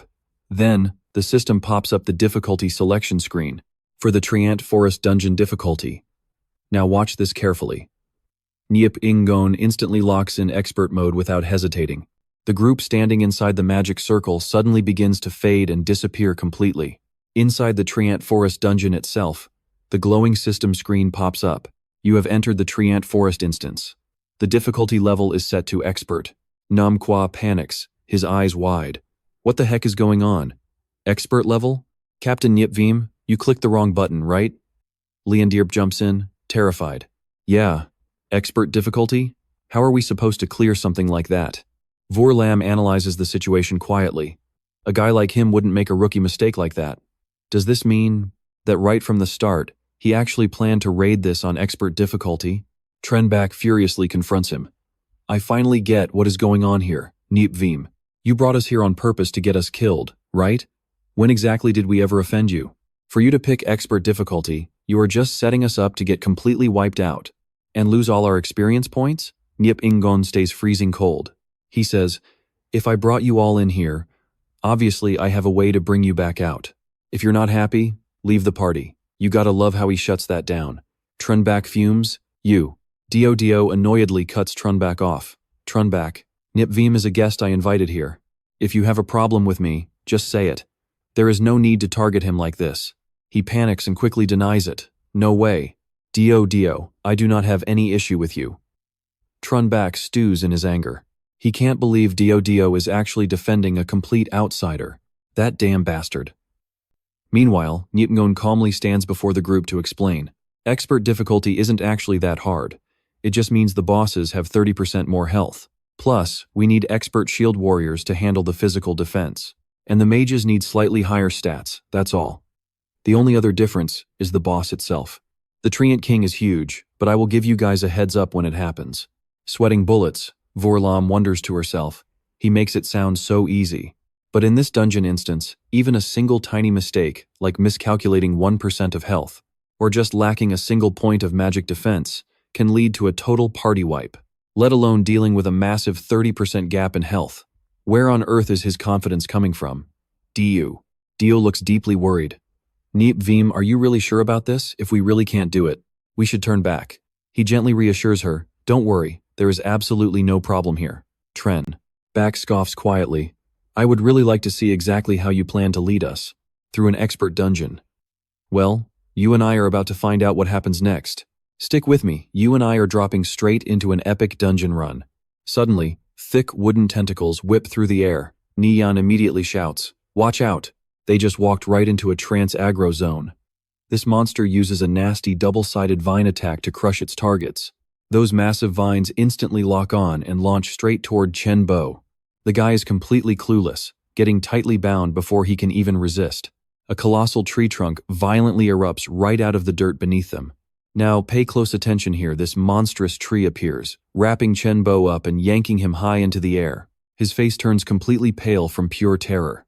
Shaking violently, Chen Bo screams out, "Help me! Save me, team leader Nie Yan." He thrashes around, completely trapped by the elevated tentacles. "Somebody help," Yulan yells. "It is a Trent." Nie Yan's face turns dead serious as he barks orders. "Nuok Swai, Sweet Cao, you two attack from the right wing. Paladins, form a defensive line. Mages, unleash full firepower." Hearing this, the two players immediately dash forward into the fight. They prepare to strike right away, smashing their heavy shields into the trunk. The whole squad instantly coordinates their attacks, pouring all their energy into blasting the Trent. Seconds later, the massive trance body violently explodes, sending shattered branches flying absolutely everywhere. Chen Bo is finally dropped from the sky. Hitting the ground hard, he scrambles to sit up and immediately starts whining at Nie Yan. "Nie Yan, you totally did that on purpose, right? You absolutely spotted that monster first but chose not to warn me at all. If you didn't know, how could you command everyone so calmly during such a chaotic, sudden emergency?" Annoyed, Nie Yan immediately snaps back. "Brother Chen Bo, get your facts straight. We both spotted that giant treant at the exact same time. Even the heavy shield warriors managed to dodge it. But you, a literal rogue, failed to evade it. I seriously don't know how you even play this class." Dongyo looks at him mockingly. "Your skills are complete trash, yet you blame everyone else. Absolutely ridiculous. Grabbing some random rogue off the street would probably be 100 times more useful than this guy." Chen Bo furiously stumbles up, heavily stuttering. "You." Yulan sees this and interrupts. "That is enough, Chen Bo. Have you really not embarrassed yourself enough for one day?" He replies in pure shock. "Yulan, are even you taking their side right now?" Nie Yan just grabs his wrist and states, "All right, let's keep pushing forward. You know the drill, right? This Trant forest is loaded with deadly dark elf traps. I will take the lead. If you have no idea how a rogue is supposed to play, then let me show you how it's done." The moment he finishes speaking, the entire squad immediately dashes forward into the dark woods. Suddenly, a massive tree trunk violently crashes down right in front of Nie Yan. A panicked voice from behind instantly screams out, "Watch out!" Using insane physical strength, he agilely leaps straight up onto a nearby branch. Nie Yan looks totally serious. He violently launches off that branch with blazing speed. Out of nowhere, a giant trap net materializes right above his head, ready to crush Nie Yan, but he effortlessly slashes it into tiny pieces with his razor-sharp dagger. Dong Yu watches this epic display and sighs in pure admiration. Are this kid's rogue mechanics actually this godlike?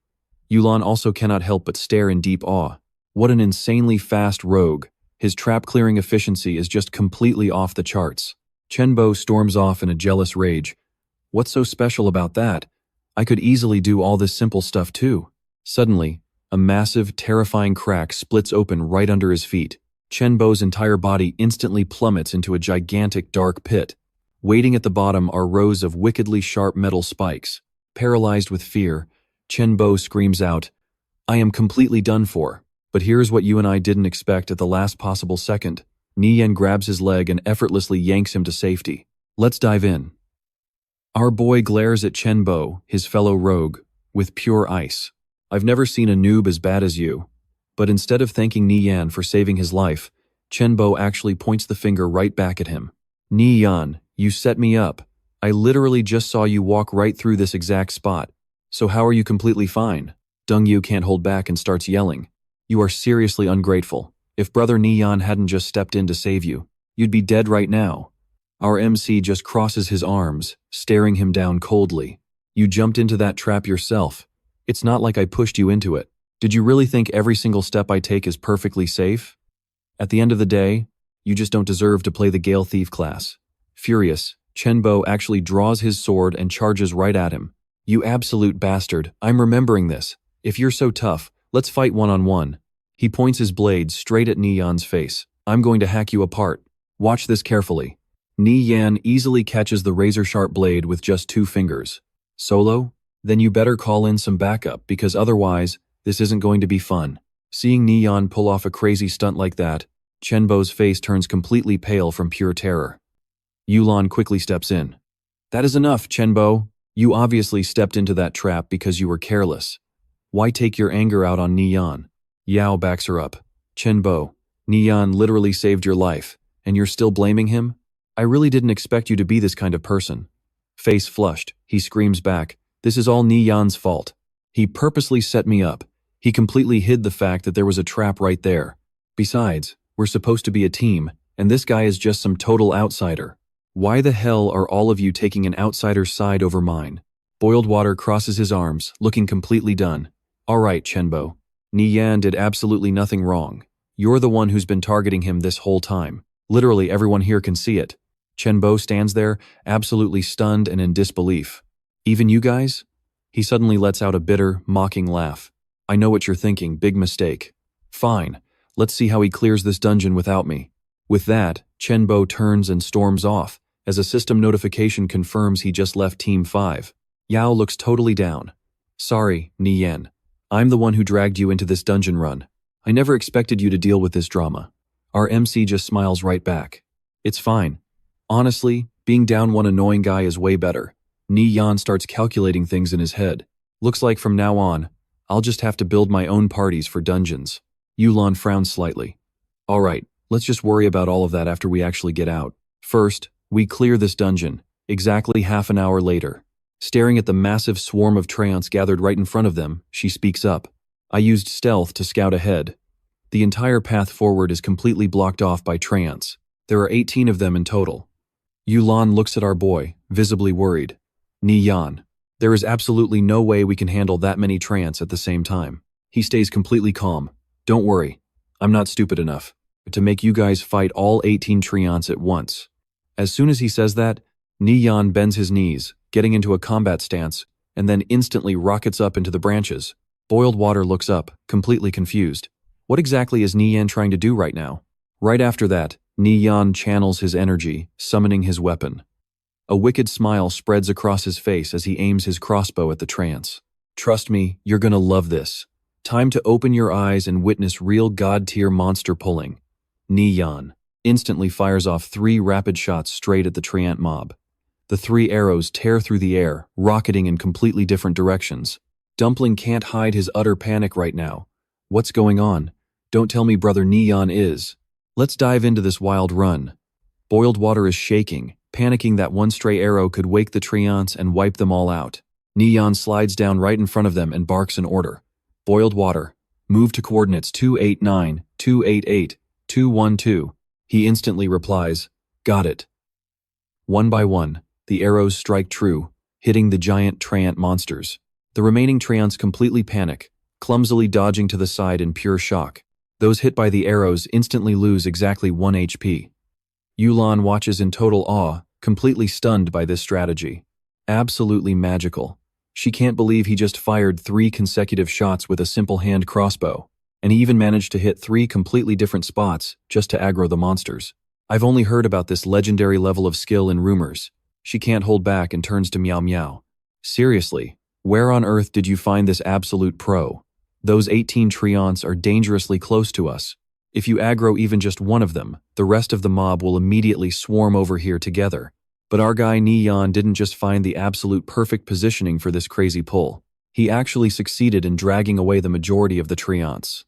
His vision and pure agility, this is an insanely huge challenge for any thief class. Even an elite ranking player on the top server leaderboards, it would struggle to pull this off so cleanly. If our team had a thief this good earlier, our dungeon survival rate would have gone up by at least 30%. Meow Meow.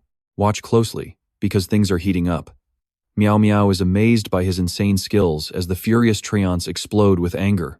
They charge aggressively straight at Nie Yan's group. He rushes forward to attack while yelling commands.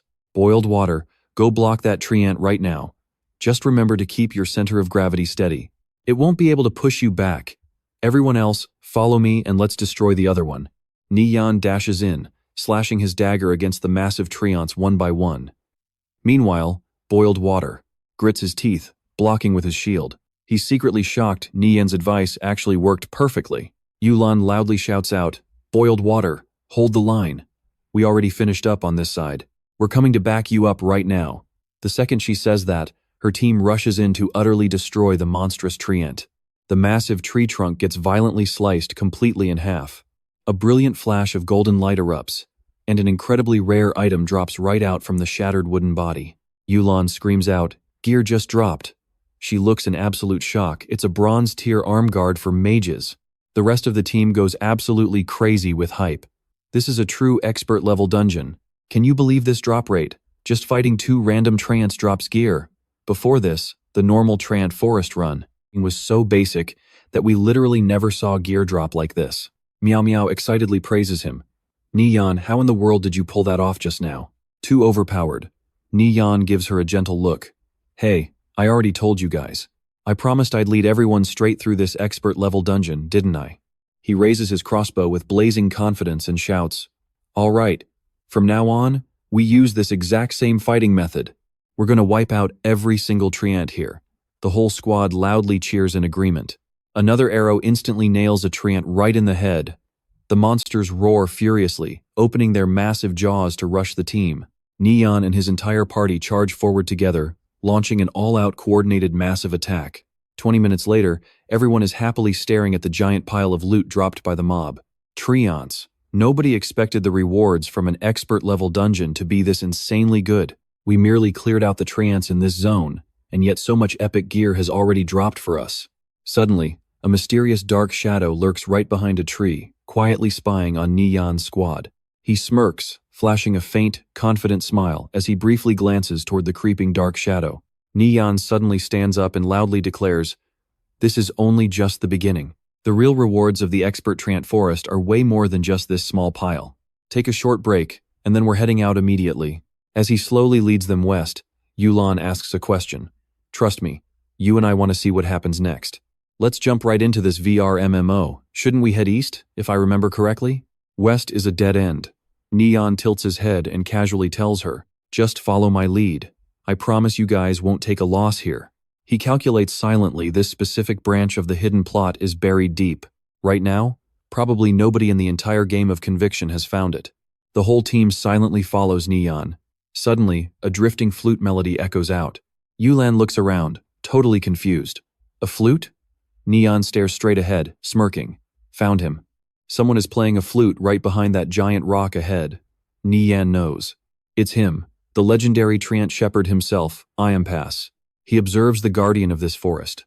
The system display just introduces this guy as some nameless old man. Nie Yan remembers the lore. Originally, under this old man's management, treants and humans actually lived in total harmony. But for some unknown reason, dark elves suddenly appeared in the treant forest, and the treants completely broke free from his control. They started mercilessly slaughtering humans, so the Greenland Council of Elders recruited brave warriors to enter the forest. Now, pay attention here. Fighting the Treant King is the core of this entire dungeon. Iampas stops playing his flute, glancing at the group.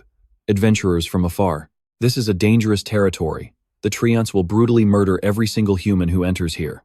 You all should leave this place right away. Once night falls and the moonlight hits, the treants will gain massive demonic power. Hearing this, Nie Yan respectfully bows his head. He speaks up. "Honorable Treant Shepherd, Lord Iampas, we came here specifically to wipe out the treants so they can be punished." The old man suddenly grinds his teeth, furious. "No, the ones who deserve death are those vile beasts from underground. They are the ones who deserve divine judgment. They are the thieves who stole my sacred flute, hiding in the shadows and darkness, mocking me." Yulan gasps in absolute shock. You and I both know how crazy this is. He's triggering a hidden plot with an NPC. Finding a secret this buried is insane. "Yao Yao, this guy you brought. Just who the heck is he?" Yao Yao stammers back, totally lost for words. I honestly don't know." Di Yao turns pale, secretly terrified. Since when did this kid Nie Yan become such an absolute monster at this game? Nie Yan thinks to himself, if I don't trigger this exact hidden storyline, we would never be able to defeat the Treant King on expert-level difficulty. He maintains his respectful bow and confidently replies, "That is exactly right, Honorable Shepherd. It was them. When I first entered the treant forest, I actually spotted those exact same creatures. May the holy light purify those damned monsters once and for all. Impasse rushes forward, grabbing Nie Yan's shoulders. Brave adventurer, you actually managed to spot them? That is absolutely fantastic. Those two damned dark elves, they are the ones. Stealing my flute is exactly what plunged the treant forest into total bloody chaos. He opens his hand, glowing with blue light. This is the dust of appearance, researched and crafted by me. It will make it impossible for them to hide anymore. Go kill them, get my flute back, and then you guys can fight and defeat the out-of-control treant king. Suddenly, the system screen flashes brightly. Special item officially acquired. 3 uses of dust of appearance. The effect of this dust? It forces every single hidden creature within 30 yards to instantly reveal themselves. Duration: 39 seconds. Nie Yan clenches his fist. Stick around, the real hunt begins now. Alright, stick with me here. I secured the special item, so follow closely. Saying that, Nie Yan grabs the rope dangling down the cliff. Without a second thought, he tightens his grip and dives straight into the dark abyss below. Moving deeper into the dense forest, Wulan suddenly speaks up, asking Nie Yan, "Can you actually find the dark elves that the non-player character mentioned earlier?" Nie Yan instantly replies, "Of course." The group following him steps right into the shadowy cave. Resting his hands on his hips, he says, "This is the spot. We will catch those 2 dark elves right here, like fish in a barrel." Meow Meow asks in confusion.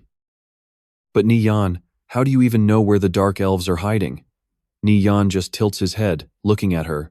"Because those guys have been following us since the very beginning." Meow Meow is totally shocked, quickly glancing around in absolute panic. "Huh?" He flashes a cold smirk, glancing back. "They are already here." Nie Yan calmly tells them, "Those 2 dark elves are super easily spooked. We absolutely have to take them down in one shot, or catching them is going to be incredibly difficult." The dark elf shadow suddenly appears on the rocks, sneaking right behind Nie Yan party. Now watch this closely. The 2 dark elves suddenly speed up, dashing straight ahead. Nie Yan instantly swings his arm, confidently declaring, "They fell for the trap." He spins around, throwing sparkling dust everywhere. Boom! The 2 dark elves are forced out of stealth, revealing their true forms. Blinded by the sudden bright flash, they stand there totally confused and disoriented. Once they finally realize their horrible situation, they immediately turn around to run away. But Tang Yao and Boiling Water are already waiting in the back. Tang Yao smirks, "Where are you going?" Boiling Water chimes in, "We have been waiting for you two." Cornered, the 2 dark elves go totally rogue, ready to fight for their lives. They charge aggressively at Tang Yao, but Boiling Water blocks them, perfectly stalling for time. He viciously slashes one of the dark elves, while Tang Yao quickly conjures a small magic orb. He blasts it straight at the other target. The dark elf takes the fireball head-on, letting out an absolutely agonizing, ear-piercing scream of pure pain. Wulan and Dumpling aggressively rush forward together. Wulan loudly screams out, "Go, help them out." Everyone charges in, completely surrounding the 2 trapped dark elves. "You and I know what is next," Nie Yan says. "Kill them. The tree demon herder flute is right on their bodies." Nie Yan launches himself into the air, fiercely pouncing toward the squirming dark elf. Acting crazy aggressive, it raises its razor-sharp claws, slashing wildly right back at Nie Yan. Nie Yan delivers a single sword strike. Boom, an absolute critical hit. Wulan shows absolutely zero mercy, smashing the dark elf with a heavy blow. Seeing them finally wiped out, Nie Yan sighs in massive relief. "Finally, we managed to get it." Nie Yan looks at the flute in his hand, smiling in satisfaction. With this flute, we can smoothly clear the Tree Demon Forest stage without any issues. The system officially displays the item information screen. Surprised, Meow Meow calls out, "Nie Yan, there is something else dropped here. You need to come check this out immediately." Looking at the mysterious object she hands over, Nie Yan simply says, "This is a letter." The letter reveals that Vaseline will soon return to the Ro tribe battlefield, launching a massive counterattack directly on the crucial strongholds. Plot thickens. Currently, we are still providing essential intelligence for the tribe. As a brave warrior, I am a dark elf known as Vaseline. The system notification confirms a side quest has been activated. Staring at the letter, Meow Meow asks, "Nie Yan, what does it actually say? I completely cannot understand these weird characters written on it. Maybe it is the ancient elf language?" Nie Yan calmly explains, "Long story short, it is just a side quest. We just need to clear the tree demon forest and hand it in. Boiling Water is amazed, saying, "Wow, talk about an absolutely unexpected surprise reward." Dumpling is thrilled too. So what do you and I make of this quest? Stick with me here, let's see exactly how much epic loot Nie Yan scores today. Boiling Water, you're the main warrior of our squad. Take this flute, it's yours now.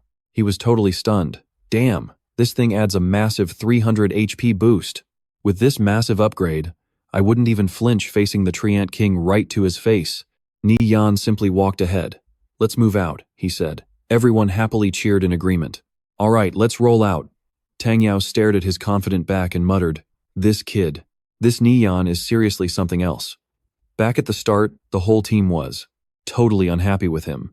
But who knew their attitudes would flip around this incredibly fast? He looked at Nie Yan with pure pride, truly worthy of being called his absolute brother. Now pay attention, because we are about to watch this whole battlefield get completely explosive. Nie Yan was locked in a brutal fight against the tree monster, supported by everyone's teamwork. The beast crashed down. Boiling Water looked at the dropped item, completely shocked. A bronze shield. A legit bronze tier round shield. It boosts total defense by a clean 10%. The old shields I picked up before were absolutely never this insane. Yulan stared right at Nie Yan. "Nie Yan, I know the request I'm about to make right now is a bit much. After all, we only scored this awesome gear because of your incredible leadership today. But still, I really hope to buy this round shield from you." Deep down she thought, with this shield, even without Nie Yan's help, our squad could probably push forward and tackle those higher tier dungeons for a real challenge. Hearing this, Nie Yan just calmly replied, "I only need the thief gear." And that Featherfall gemstone dropped by the Treant King. That is all I want today. Any other gear I get would just be sold for cash anyway. A buyer is a buyer. So if you guys want to buy it, just take it first. Yulan smiled happily. "Thank you so much." Meow Meow felt super guilty, adding a soft apology. "Nie Yan, we're really making you take a huge loss here. Seriously, thank you again. I know what you're thinking. Game over, right?" Boom. A massive root violently pierced the ground, exploding right through the solid rubble.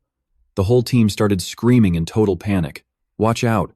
Nie Yan instantly snapped into combat mode. "Heads up everyone, the real boss is finally here.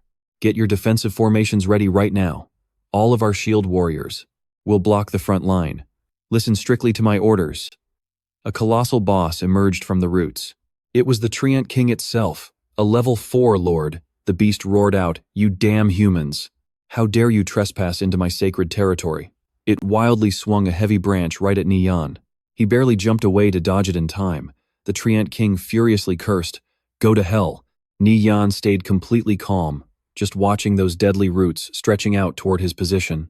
The Treant King kept launching relentless, brutal attacks, straight at Nie Yan without holding back. Yulan and the rest of the squad were totally stunned. She gasped in absolute shock. What the hell? How is a mere level 2 thief perfectly dodging everything like this? Handling a level 4 lord with such insane skill? I have literally never seen a thief this unbelievably strong before. Nie Yan suddenly shouted out loud. "Boiling Water, hold down the melee defense in the back. Boiling Water. All mages must stay totally clear. Keep at least 30 yards away from the Treant King." Boiling Water took the order and instantly charged in. "Damn, this monster's defense is insane." Nie Yan. Hearing this, he kept shouting commands to the backline. The mages immediately lit up with bright glowing auras, flashing blue and yellow magic. He screamed out, "Attack now."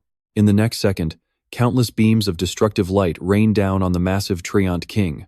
A catastrophic explosion ripped through the air. Countless negative damage numbers started flooding the entire screen. Thick smoke everywhere. That's where we leave it, but trust me, you need the next chapter. Stick with me here. The Tree Demon King is still standing, brutally fighting Nuok Swa. Niep Ngan immediately reminds Nuok Swa to use the flute. Nuok Swa pulls out the flute and plays. Endless musical notes suddenly surround the massive Tree Demon King.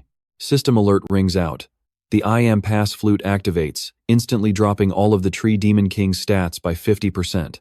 Niep Ngan seizes the perfect moment, shouting for all mages to use pure fire magic. He warns them to drop the ice spells, since the boss has insane ice resistance. Everyone agrees in unison. Dung Yu steps up, smiling confidently. "Isn't fire magic exactly what I am best at anyway?" Niep Ngan rushes over to Solai and asks if she is a priest. She replies timidly, "Yeah, Do you have any dispel skills learned? So Lai quickly confirms that she does. Nie Yan shouts toward the front line. Heads up, Nuok Soi. The Tree Demon King is about to use its terrifying fear skill very soon. If Nuok Soi gets hit by fear, you need to dispel him instantly. So Lai nods in agreement. Nie Yan quickly reassures her. Do not panic, just relax a bit. I will tell you exactly when to move. When the time comes to clear the effect, just drop a dispel and you are good. Now watch closely. The roaring boss looks totally bound, flashing with intense blue lights everywhere. Nuok Soi blocks with his heavy shield and screams out, "Do the dispel right now." So Lai raises her staff high and starts chanting. A magical cleansing circle immediately appears right around Nuok Soi on the ground. He praises her perfect timing. Seeing her magic actually work, So Lai smiles with genuine joy. So I can actually do this. With the nasty status effect completely gone from him, every single player launches a massive coordinated attack at the Tree Demon King from all sides. Furious from the brutal beating, it lets out a massive roar. System notification, boss health updating. 2,953 out of 10,000. Nie Nungon's voice echoes loudly, telling everyone to prepare. Here it comes. The Tree Demon King has entered its enrage phase. Vu Lam defends. We saw this coming, right? She gasps, totally shocked the boss actually went berserk. Over on this side, Nie Ngon steps up to help out. He tells Nuok Soi to swap into defense mode. Then Nie Ngon reminds all the active priests to drink their magic potions. Healing begins, as the system shows basic magic shield recovery potions taking effect. All those tired priests are getting healed up and recovering their energy super fast. Things are still looking really bad for Nuok Soi. The Tree Demon King is relentlessly attacking him without stopping. Shaking slightly from the impact, Nuok Soi mutters, "This damage is insane. I cannot hold on much longer." But suddenly, his entire body starts showing signs of a massive health recovery. 1 second of distraction, and the Tree Demon King's arm slams right into Nuok Soi's shield. He sighs in relief. If those heals had not arrived right on time, if we did not have that I am pass flute, I absolutely could not tank this insane damage. From the Tree Demon King. Nuok Soi immediately drinks a potion. This is the basic life shield recovery potion. Right at this moment, Nuok Soi finally realizes the truth. So this is why brother Nie VM wanted everyone to buy potions. It was meant for exactly this moment. Looking back, the giant Tree Demon King stands there, still actively attacking everyone. It then channels all its remaining strength, smashing straight into the crowd, crushing the battlefield. Nie Ngon loudly shouts his final orders. Hurry up, the boss has barely any health left. Group up and wipe it out right now. Hearing this, Nuok Soi bravely charges forward, launching a heroic strike. Vu Lam also unleashes her holy light slash. Countless fierce attacks hit its fatal weak points. Then, trust me, it gets crazier. Nie Ngon violently hurls his sword straight ahead. Stick with me here. His sword stabs right into the tree demon's face. Caught off guard, the monster shrieks in pain. Nie Yan leaps up, kicking the hilt with everything he has. The blade drives deeper into the boss, dealing an absolute critical strike. Nie Yan immediately jumps back to safety as countless glowing rays of light erupt from the tree demon's massive body. Bright green light shines out, followed by a massive roar. The Tree King completely explodes, and its giant body finally crashes hard into the ground. Everyone is left in pure shock. The boss is dead. They actually pulled it off. Yao Yao cheers with pure joy. We did it. She can barely believe their teamwork actually worked so flawlessly. They actually cleared the Tree Demon King on expert difficulty. Chu Li is absolutely thrilled about the crazy victory. He says it is all thanks to Nie Yan commanding them. Without his epic leadership, they never would have survived. Boiling Water chimes in, totally agreeing with every single word. Now, pay attention here. Even he never expected to block those heavy attacks from an expert-level boss. This huge sense of achievement feels way better than clearing a dungeon for the very first time. Everyone starts cheering wildly. The whole squad is amazed. I leveled up. Me too. Everyone is celebrating, except Nie Yan calmly walks right up to the boss's dead body and simply mutters, "Finally got it." He reaches his hand out for the feather drop. Jewel. All that insane effort and crazy fighting was exactly for this specific little item. The system pops up. Feather drop jewel, dark gold rarity, and it requires level 0. It is an accessory item that can be equipped directly or socketed right into your armor slots. Defense goes up by 8, strength up by 7, and it only weighs 1 pound. There are absolutely no user restrictions. Any faction in the game can easily equip this. Here is the special effect. Using the active skill will completely reduce the user's overall body weight. It slows down your fall speed, making you drift like a feather for 3 straight minutes. Nie Yan's whole body radiates power. He clenches his fist tightly, feeling the new energy surge. I just hit level 3 too. Then, the system immediately drops another big alert. For clearing the Tree Demon Forest on Expert, the team gains 1200 team honor points. Everyone is super hyped. You and I both know getting 1200 team honor points in one go is absolutely massive. They have never seen an increase this huge before. He walks over to Yao Yao. The remaining loot can be split among yourselves. He does not need any more of it today. Now, they simply need to return to Carol City and turn in the quest. Wulan is super grateful. Thank you, Nie Yan. I really did not know what to do. I seriously owe you. Lian Ye stands in the back, suddenly remembering the extra side quest rewards. Right in the middle of the city street, a bright light appears. At the Carol City teleport point, Chenbo is hiding behind a wall, watching the squad return. Standing close by, he mutters to himself. They actually made it back? And every single one of them leveled up? He furiously frowns and grits his teeth. Nie Yan, right? I will definitely remember you. The utter humiliation you brought me today? I will never forget it for my entire life. Early next morning, everyone gathers at the military camp inside of Carol City. Kavirat stands tall, resting one hand on his sword hilt. Young man, what brings you here today? Nie Yan pulls out a document and hands it over. Honored Overseer, sir. We captured 2 dark elves in the Tree Demon Forest and extracted some vital intelligence regarding the enemy's main secret base. The commander looks completely stunned seeing the top secret files. His expression instantly changes to pure joy. Young man, you have done us an absolutely massive favor. I will prep your reward. The system pings. Trust me, you are gonna love this. Stick with me, we are about to see one crazy dungeon payout. Tree Demon side quest complete. Huan base reputation plus 12. Karen City reputation plus 10, and a massive 32,320 experience points. Kavaros passes down his combat skills, and boom, you gain 2 sweet strength points.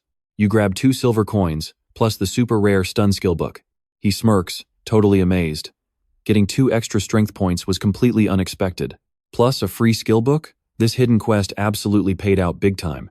Facing her directly, he says, quest turned in. We should get going too. Meow Meow looks totally clueless. What is your next move? He just calmly drops his plan. Obviously killing monsters to level up fast, and grabbing that falling feather gem. I might try hunting the elite boss, Lion King Gato. Then she turns, waving goodbye. Alright then, guess I will catch you later, once I sell off all that gear. I will send you the cash. See ya.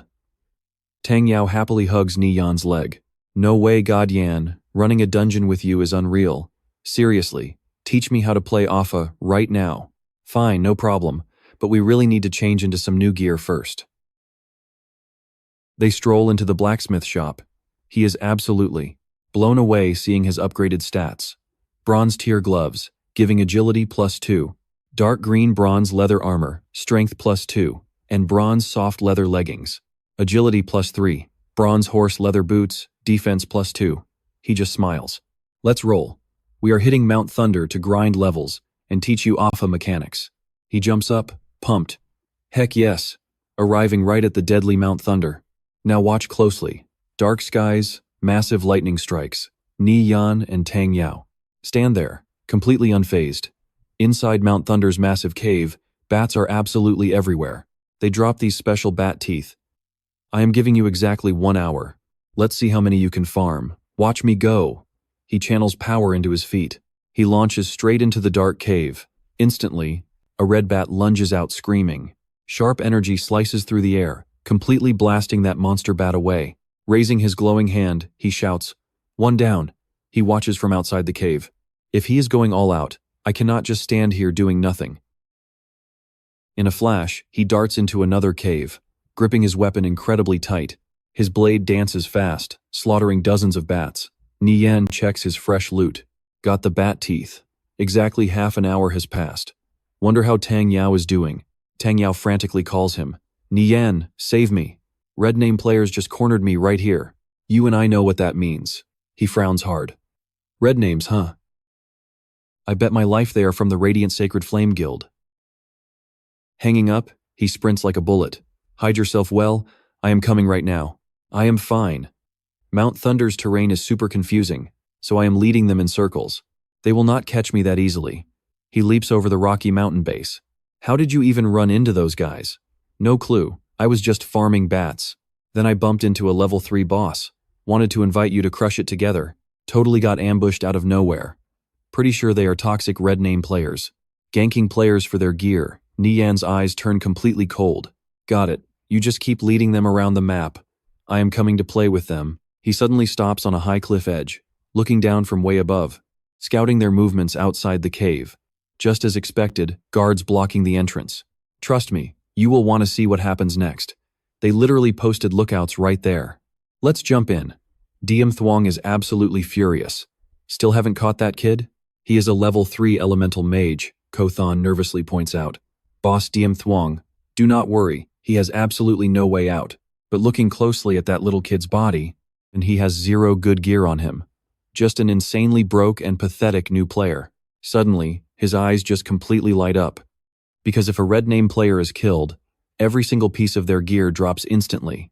If my guess is correct, that red name elemental mage is actually wearing the legendary Fire Chaser stealth suit right now. A dark shadowy vine drops straight down from his spot, looking just like tree roots.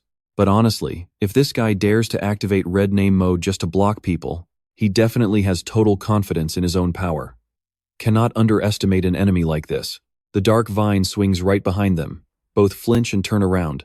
Boss DM Thuong, what is wrong? Now watch closely.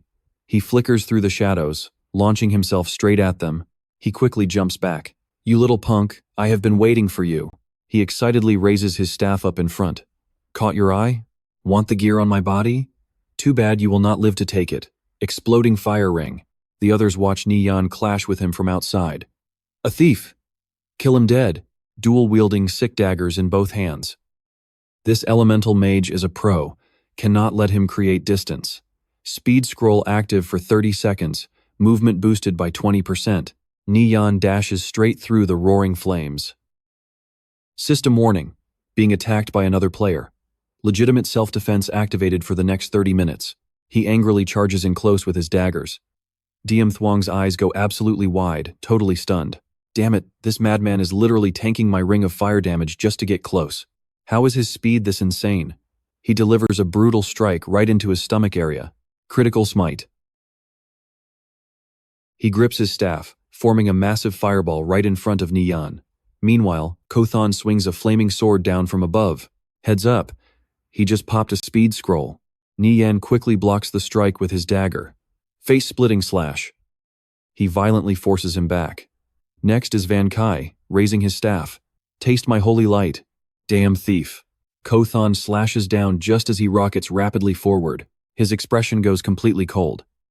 The main cast time for Nie Yan's burst is 5 seconds. There is still time. He spins his staff. He stabs right into his gut again. Stunned. DM Thuong's eyes are literally rolling back. You saw that, right? Stun lock. Nie Yan slashes, but he barely dodges a fatal blow. He blocks the relentless combo strikes with his staff, screaming out loud, I am going to die. What are you idiots doing? Stop him. Kothan and the other guy immediately rush in together.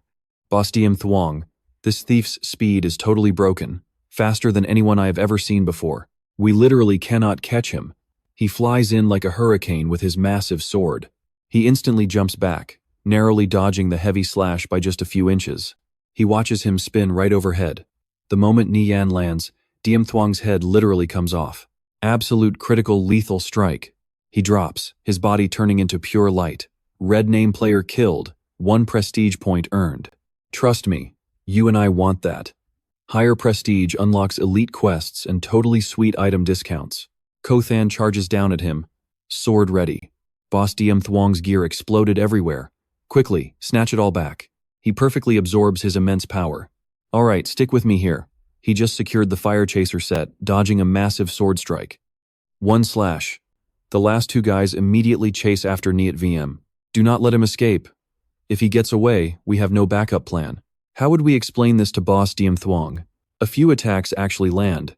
Night VM uses combat bandages to heal up. His movement speed is totally insane. They cannot catch him. Van Kai drops his jaw. Oh no. He has bandage skills. He is healing. A dangerous smile appears. His health, fully recovered, and all of his skills are off cooldown. His running footsteps suddenly stop dead. He turns around. Now here is where it gets crazy. Your turn. The enemy furiously swings his sword. He steps right on the blade and slashes across his chest. A critical hit. Nie Yan quickly switches the dagger in his hand. He circles behind and lands a brutal stab to the lower back. Assassinate. Kothan angrily swings, forcing him back. Get lost. He swaps to a hand crossbow. Arrows hit him back to back. Kothan reaches his absolute limit. His face darkens, seeing the arrows stuck in him. Oh no. Terrified, he runs. Health. My health is dropping fast. If I keep chasing this crazy rogue down, I might actually end up dropping all of my own precious gear. Nie Yan glides right next to him. You really think you can escape? The enemy's eyes roll back, coughing up blood. Kothan is done. He collapses, his body turning into pure energy. Nie Yan collects the sweet loot. Then he turns his head to Van Kai. Your turn. The guy absolutely panics. Why am I the only one left? How can a priest fight a rogue like him?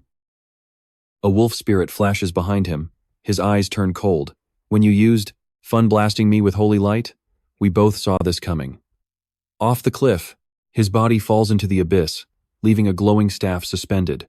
Radiating a mysterious golden light, massive special set effects pop up right before his eyes. Fire Chaser power adds 5 flame damage. Fire Chaser gloves add 3 defense. Fire Chaser robes adds 10 flame damage. Fire Chaser shin guards add 2 defense. Fire Chaser boots add 2 speed. Nie Yan slightly smirks. As expected of the Fire Chaser set, he casually looks over the gear. It is a bronze tier set, perfectly suited to give to Duang Yo. He uses fire magic anyway. As for the other gear, I will sell it. Nie Yan immediately sends a system message. Duang Yo, where are you? Drop your coordinates. His reply pops up super fast. There is a cave right here. It is full of level 5 monsters. I am hiding, terrified to move. He replies instantly. I am on my way. System rings. Your best friend Nie Yan sent you some photos, Duang. Duang Nu checks the pictures, completely shocked. What is this? He spots the gear. He instantly screams. Holy crap, the Fire Chaser set. Nie Yan, where did you get this? He calmly replies through the system. I killed one of their red name players. This is his gear, perfect for you. Duang Nu cannot even sit still. Oh my god, am I dreaming? You killed the red name from Kwang Min Thundium? And looted a whole Fire Chaser set? Nie Yan laughs and replies. Have I ever lied? He jumps up. Trust me, you and I are just getting started. Alright, stick with me here because the payback you are about to see is insanely satisfying. He stands on the high cliff, his cold gaze quietly tracking everything happening down below. Nie Yan replies calmly, just wait, I will finish off a few more of their guys and be right there. Dark clouds completely cover the night sky as flocks of birds silently fly through the air. Meanwhile, Yang Qi frantically reports the breaking news to the group. Boss Dian Kang is dead. Gusi widens his eyes in absolute disbelief. How is that even possible? With Boss Dian Kang and his insane strength? Plus that Fire Chaser gear he wears? The people who could actually beat him are incredibly rare, right Qinji? Exactly, you are not wrong. Our boss has magic damage that easily ranks in the top 10 of the entire guild, and his mechanics are definitely far from amateur. Suddenly realizing something, he immediately asks out loud, if I am remembering this right, Boss Dian Kang had a red player name. If he actually died, then what happened to all of his high-tier equipment? He takes a deep breath before finally answering. Spot on, every single piece dropped. He instantly demands to know who did it, assuming the enemy had a massive attack group, right? Are they trying to start an all-out guild war here? Watch this reveal. Yang Qi slowly answers, it was just one single thief. Bai Yin is totally stunned. Just one person? Gusi instantly fires back. How could that be true? Boss Dian Kang had a total of 3 guys with him, right?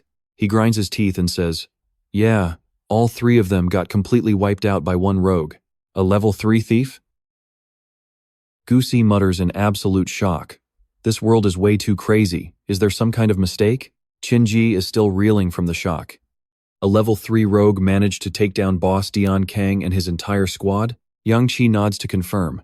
No mistake at all, the boss literally confirmed this news from his own mouth. After a few seconds of heavy silence, he quietly asks, "What is that thief's name?" He slowly answers, "The name is Nirvana Flame, probably one of Alpha's teammates." Yang Qi continues speaking. The Radiant Sacred Flame Guild issued an internal kill order. Slay him just once, and the reward is 5 silver coins. But Boss Dian Kang gave a serious warning. If you see him, be extremely careful. You need at least a squad of 5 to even fight this guy. Hearing this, the corner of Nie Yan's mouth curls up. 5 silver coins? Did not expect myself to be worth quite that much. This kill order from Radiant Sacred Flame is actually pretty interesting. I really want to see exactly how you guys plan to hunt me down. He whispers, stealth. His silhouette slowly fades away, completely vanishing into the thick darkness. Nie Yan thinks to himself, you and I both know these types of guys. They just rely on massive guild power to ruthlessly bully all the random solo players. Time to open your eyes and show you the true wrath of a ruthless lone wolf player. Qinji suddenly snaps his head around. What was that noise? Could it be that rogue hiding nearby? Spotting a silhouette in the distance, he immediately shouts out loud. It is the Horned Deer Boss. The system notification sound quickly rings out. Horned Deer Boss, level 5 monster, 200 out of 200 health points. He thinks for a moment before speaking. Seems like there is only one horned deer around here. Since we cannot find Alpha and that thief anyway, we might as well just take down this boss right now and figure things out later. We are about to witness pure payback. Nie Yan smirks, his cold eyes flashing with dangerous calculation. The perfect opportunity is finally here. Yang Qi immediately shouts. Alright, stick with me here. They think this loot run is going to be incredibly easy. Without a single second of hesitation, he charges straight toward the massive horned deer boss. Yang Qi signals his crew to intercept it, screaming at them to attack right away. Following his command, all 5 of them rush forward to strike the monstrous horned deer. Taking heavy hits from everyone, the beast furiously raises its head and roars. Lin Mo laughs with total confidence, telling the boss to watch them. They figure they only need 30 seconds to finish this fight completely. Now watch closely. They have no idea someone is waiting for them in the shadows. Closing in silently, Nie Yan slowly raises his sword. His cold blade aims directly at the target, preparing for a perfect strike. Smash! A devastating blow lands right on the back of Bai Yin's neck. He spins around to attack him instantly, and every single move Nie Yan makes is absolutely precise. Zero hesitation. Lin Mo panics and screams out that someone is ambushing them. His health bar drops almost to 0, so he frantically grabs a recovery potion to drink. But before that potion touches his lips, the deadly blade pierces straight into Lin Mo's face. His body fades into thin air, eyes wide open in pure, absolute shock and horror. How is this even possible? Nie Yan coldly watches Lin Mo fade away, not a single flinch in his eyes. With one guy down, the others look around completely lost. What is happening? Where did my teammate just go? Before Bai Yin can even process what is going on, he charges right back in to attack. Furious, Bai Yin spins around, glaring behind him with absolute killing intent. He activates a skill instantly, and intense spiritual energy explodes all around him. Shouting out, "Holy Judgment!" Yang Qi senses danger. You and I know that feeling. Total panic when absolutely nothing makes sense. Realizing the danger, he immediately screams out loud, "Holy light! This is bad. It must be that damn rogue sneaking up on us."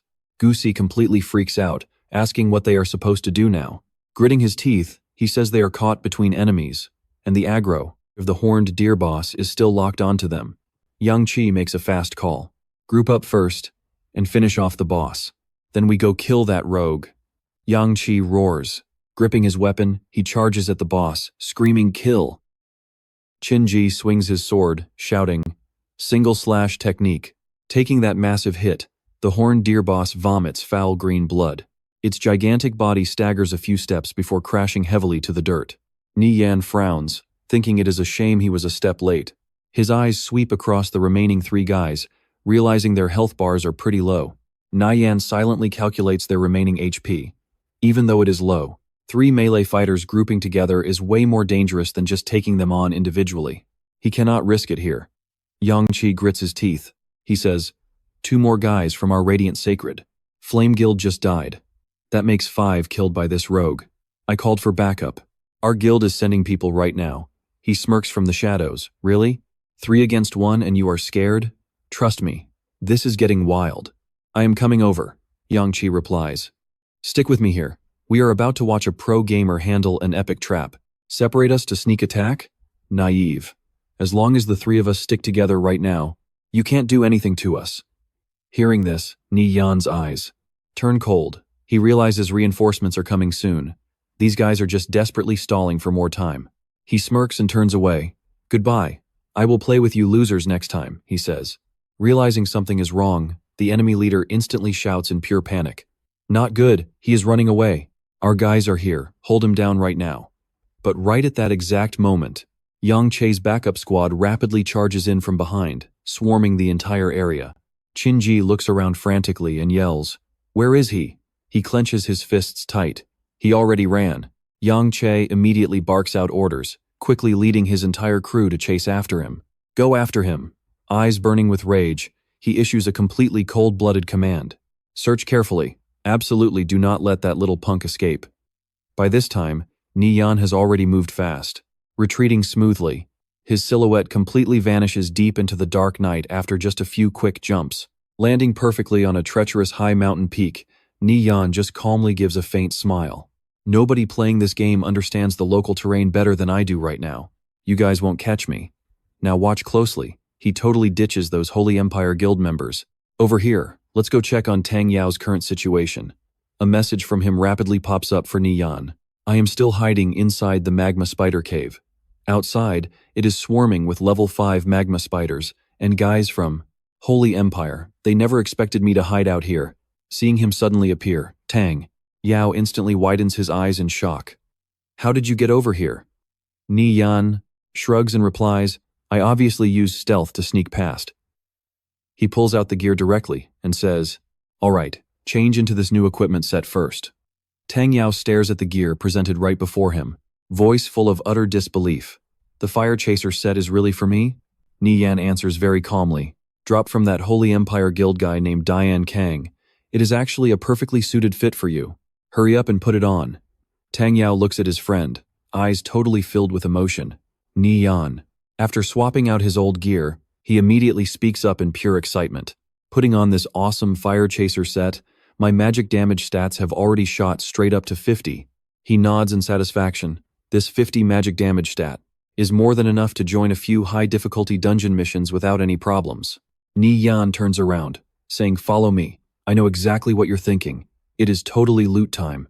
If I remember correctly, this specific magma spider cave zone has a hidden silver treasure chest. Now that Tang Yao has the incredible fire chaser gear, his damage output is totally enough. He looks around the dark cave and asks Nie Yan, what exactly do you want to do? Nie Yan calmly replies, there is a silver treasure chest here. First, let's wipe out these magma spiders blocking our main path. He quickly draws his bow, the sharp arrow instantly aiming straight toward the incoming creepy monster. System sounds ring out clearly. Level 5 magma spider, health 159 out of 160. Tang Yao immediately activates his own signature skill, the powerful arcane raging flames. He rapidly channels his magical energy, and fierce flames instantly blast straight forward towards the enemy. Under the crushing power of the fire sea, the magma spiders quickly burn away and drop dead. Tang Yao stares in absolute shock at the damage numbers. Jumping 2 levels to kill monsters deals this much damage? Is this truly the power of the fire chaser set? Nie Yan turns his head to urge him. Do not just stand there daydreaming, hurry up and help me out. Hearing the loud call, he instantly shouts back, absolutely fired up, coming right now, while fighting the mob of spiders. Tang Yao excitedly says, you are amazing, bro, and trust me, we are just getting started here. Stick with me here. Skipping 2 levels for a kill? He didn't look back, coldly, dropped that casual line and kept walking forward. Hurry up and follow. The duo pushed deeper into the cave, wiping out every single monster along the way. Seeing the chest ahead, his teammates' eyes totally bugged out. It's actually here, Nie Yan. How did you know there was a silver treasure chest here? Nie Yan? He casually replied, saw it while looking for you. Dungyo instantly got a headache. Damn, but neither of us has unlocked skills yet. What do we do now? There is definitely something super valuable inside, Nie Yan replied completely calmly. Relax. This game conviction is meticulously designed. Nie Yan looked around, adding, normally, The key to open a treasure chest is hidden right next to it. Suddenly, a system alert blared. Rock Spider Boss. Level 5, Monster, Health. 180 out of 180. He jolted backward, eyes wide with pure terror, screaming. Crap, a rock spider boss. Dongyo instantly tensed up. What do we do? This is a level 5 boss. We kill it. Now watch closely as Nie Yan formulates an absolute masterclass strategy. Keep 20 yards distance. Get into the narrowest cave section. Don't run too far, or you'll aggro the other rock spiders over here. He nodded his head rapidly, dead serious as he shot back. I got it. Backing up, Dongyu fired off a skill. Don't follow me. Magic Fireball. The scorching fireball tore through the air, slamming straight into the rock spider boss. Seeing the damage pop up, he narrowed his eyes. Fire magic deals bonus damage. We have a solid chance. Nie Yan glared at the boss. I'll handle the crowd control. The damage output is all on you. Dongyu nodded instantly. No problem. Nie Yan charged straight ahead, slashing down. A vicious, pinpoint strike. He successfully locked the boss down. Nie Yan yelled, Quick, take the opening. He raised his magic staff high. Hyped up, he roared, Eat my fireball. But suddenly, his expression completely dropped. You saw that coming, right? His eyes panicked, screaming warnings. Watch out, it's awake. The rock spider boss went completely berserk. It blindly charged straight at Nie Yan, but the very next second, it got smashed hard into the upper cliff wall. He frowned. It's using a mutual destruction tactic to hit me. Looks like it's a little angry. Applying combat bandages, he watched the boss's status shift. Nie Yan barked out, This guy is enraged. Step back and keep moving around. Watch its spikes. Dongyo was so shocked he completely froze in place. Eyes full of disbelief, he broke into a total cold sweat. Damn. Without Nie Yan's warning, he probably would have been skewered right then and there. Dodging attacks, Nie Yan yelled, Dongyu, damage is on you. I'll hold it. Dongyu shouted back, Hold on, I need to recover my magic points. Popping a low-level mana potion, feeling his energy max out, he roared. My mana is fully restored. Go to hell, fireball. The massive scorching blast. Shot forward, completely swallowing the rock spider boss in an absolute sea of fire. Spotting the perfect opening, Nie Yan's voice turned icy. Fatal strike. He instantly dashed in, driving his razor-sharp blade straight through the boss's head. Watching it fall, Dongyo was speechless. Epic fight, right? Is it really over? He literally collapses to the ground, gasping for air. Stick with me here, because taking down this boss is about to change everything. A lava spider 2 levels above them.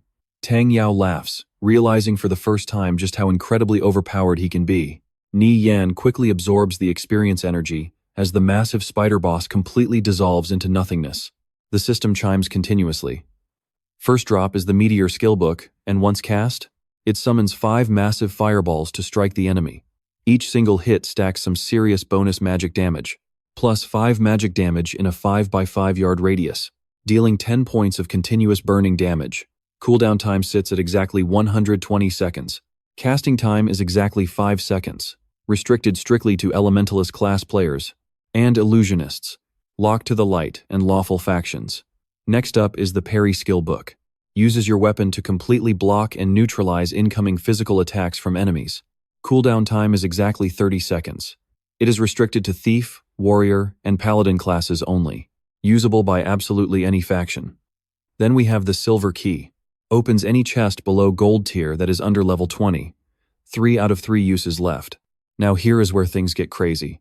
Nie Yan checks the loot the legendary Meteor book actually dropped. This is literally an unmatched, high-damage area of effect skill for the early game. Even in the mid to late game, it is an absolute monster-clearing machine. Tang Yao's eyes light up immediately. Really? Nie Yan just nods calmly. Yeah, it is decent, though compared to top-tier temple magic, or even giant magic, or legendary dragon magic, it falls a bit short. Tang Yao just stares blankly. What exactly is temple magic? And what is dragon magic? Nie Yan, what are you talking about? He just chuckles. Nothing, you will see it eventually. Packing away the loot, Nie Yan signals him. Let's go open that treasure chest first. Stepping up to the silver chest, he immediately slides the key straight into the front lock. The cold, mechanical system voice instantly rings out in his ear. Opening treasure chest. Right after that, the system notification continues popping up. Silver key, remaining uses dropping to 2 out of 3. Looking inside the chest, Nie Yan's pupils immediately shrink in pure shock. What is this? He gets incredibly hyped. The web ring? This is an absolutely phenomenal, top-tier treasure. As he hops down the cliff, the ring's stats update right on the system screen. Web ring. Bronze grade quality. It has 0 level requirements to equip. No base attributes, but it shoots out a tough spider web that sticks to objects, up to 5 yards. It has a maximum pull strength of 200 pounds, a 20-second cooldown time, weighing 1 pound. As for user limits, players from absolutely any faction can equip and use it freely. Tang Yao looks at the ring totally confused. That honestly just looks like a piece of garbage equipment. Why the heck are you getting so excited over it? Nie Yan's mouth twitches into a smile. You might doubt it, but for thieves, this is god tier. Suddenly remembering something, he turns around and asks, "Oh right, did you learn the meteor skill yet?" Tang Yao nods and replies, "Yeah, I learned it." "Why?" Nie Yan stares deep into the cavern and says, "It is your turn to cast meteor now." He quickly plans it out. "I will go aggro the monsters." You start chanting. Gripping his staff, Tang Yao agrees. Done. Nie Yan instantly channels his magic energy and quickly begins casting a spell. Tang Yao suddenly turns completely pale. Oh my god, are there really that many? Why does this damn skill take so insanely long to cast? After a few agonizing seconds of gathering mana, he screams out, "Meteor!" A massive fireball rips right through the air, smashing into the horde. And trust me, you are going to love watching this cavern absolutely burn. Look at this. You and I are jumping right into the aftermath of absolute destruction. Did I actually do this? How is this magic so insane?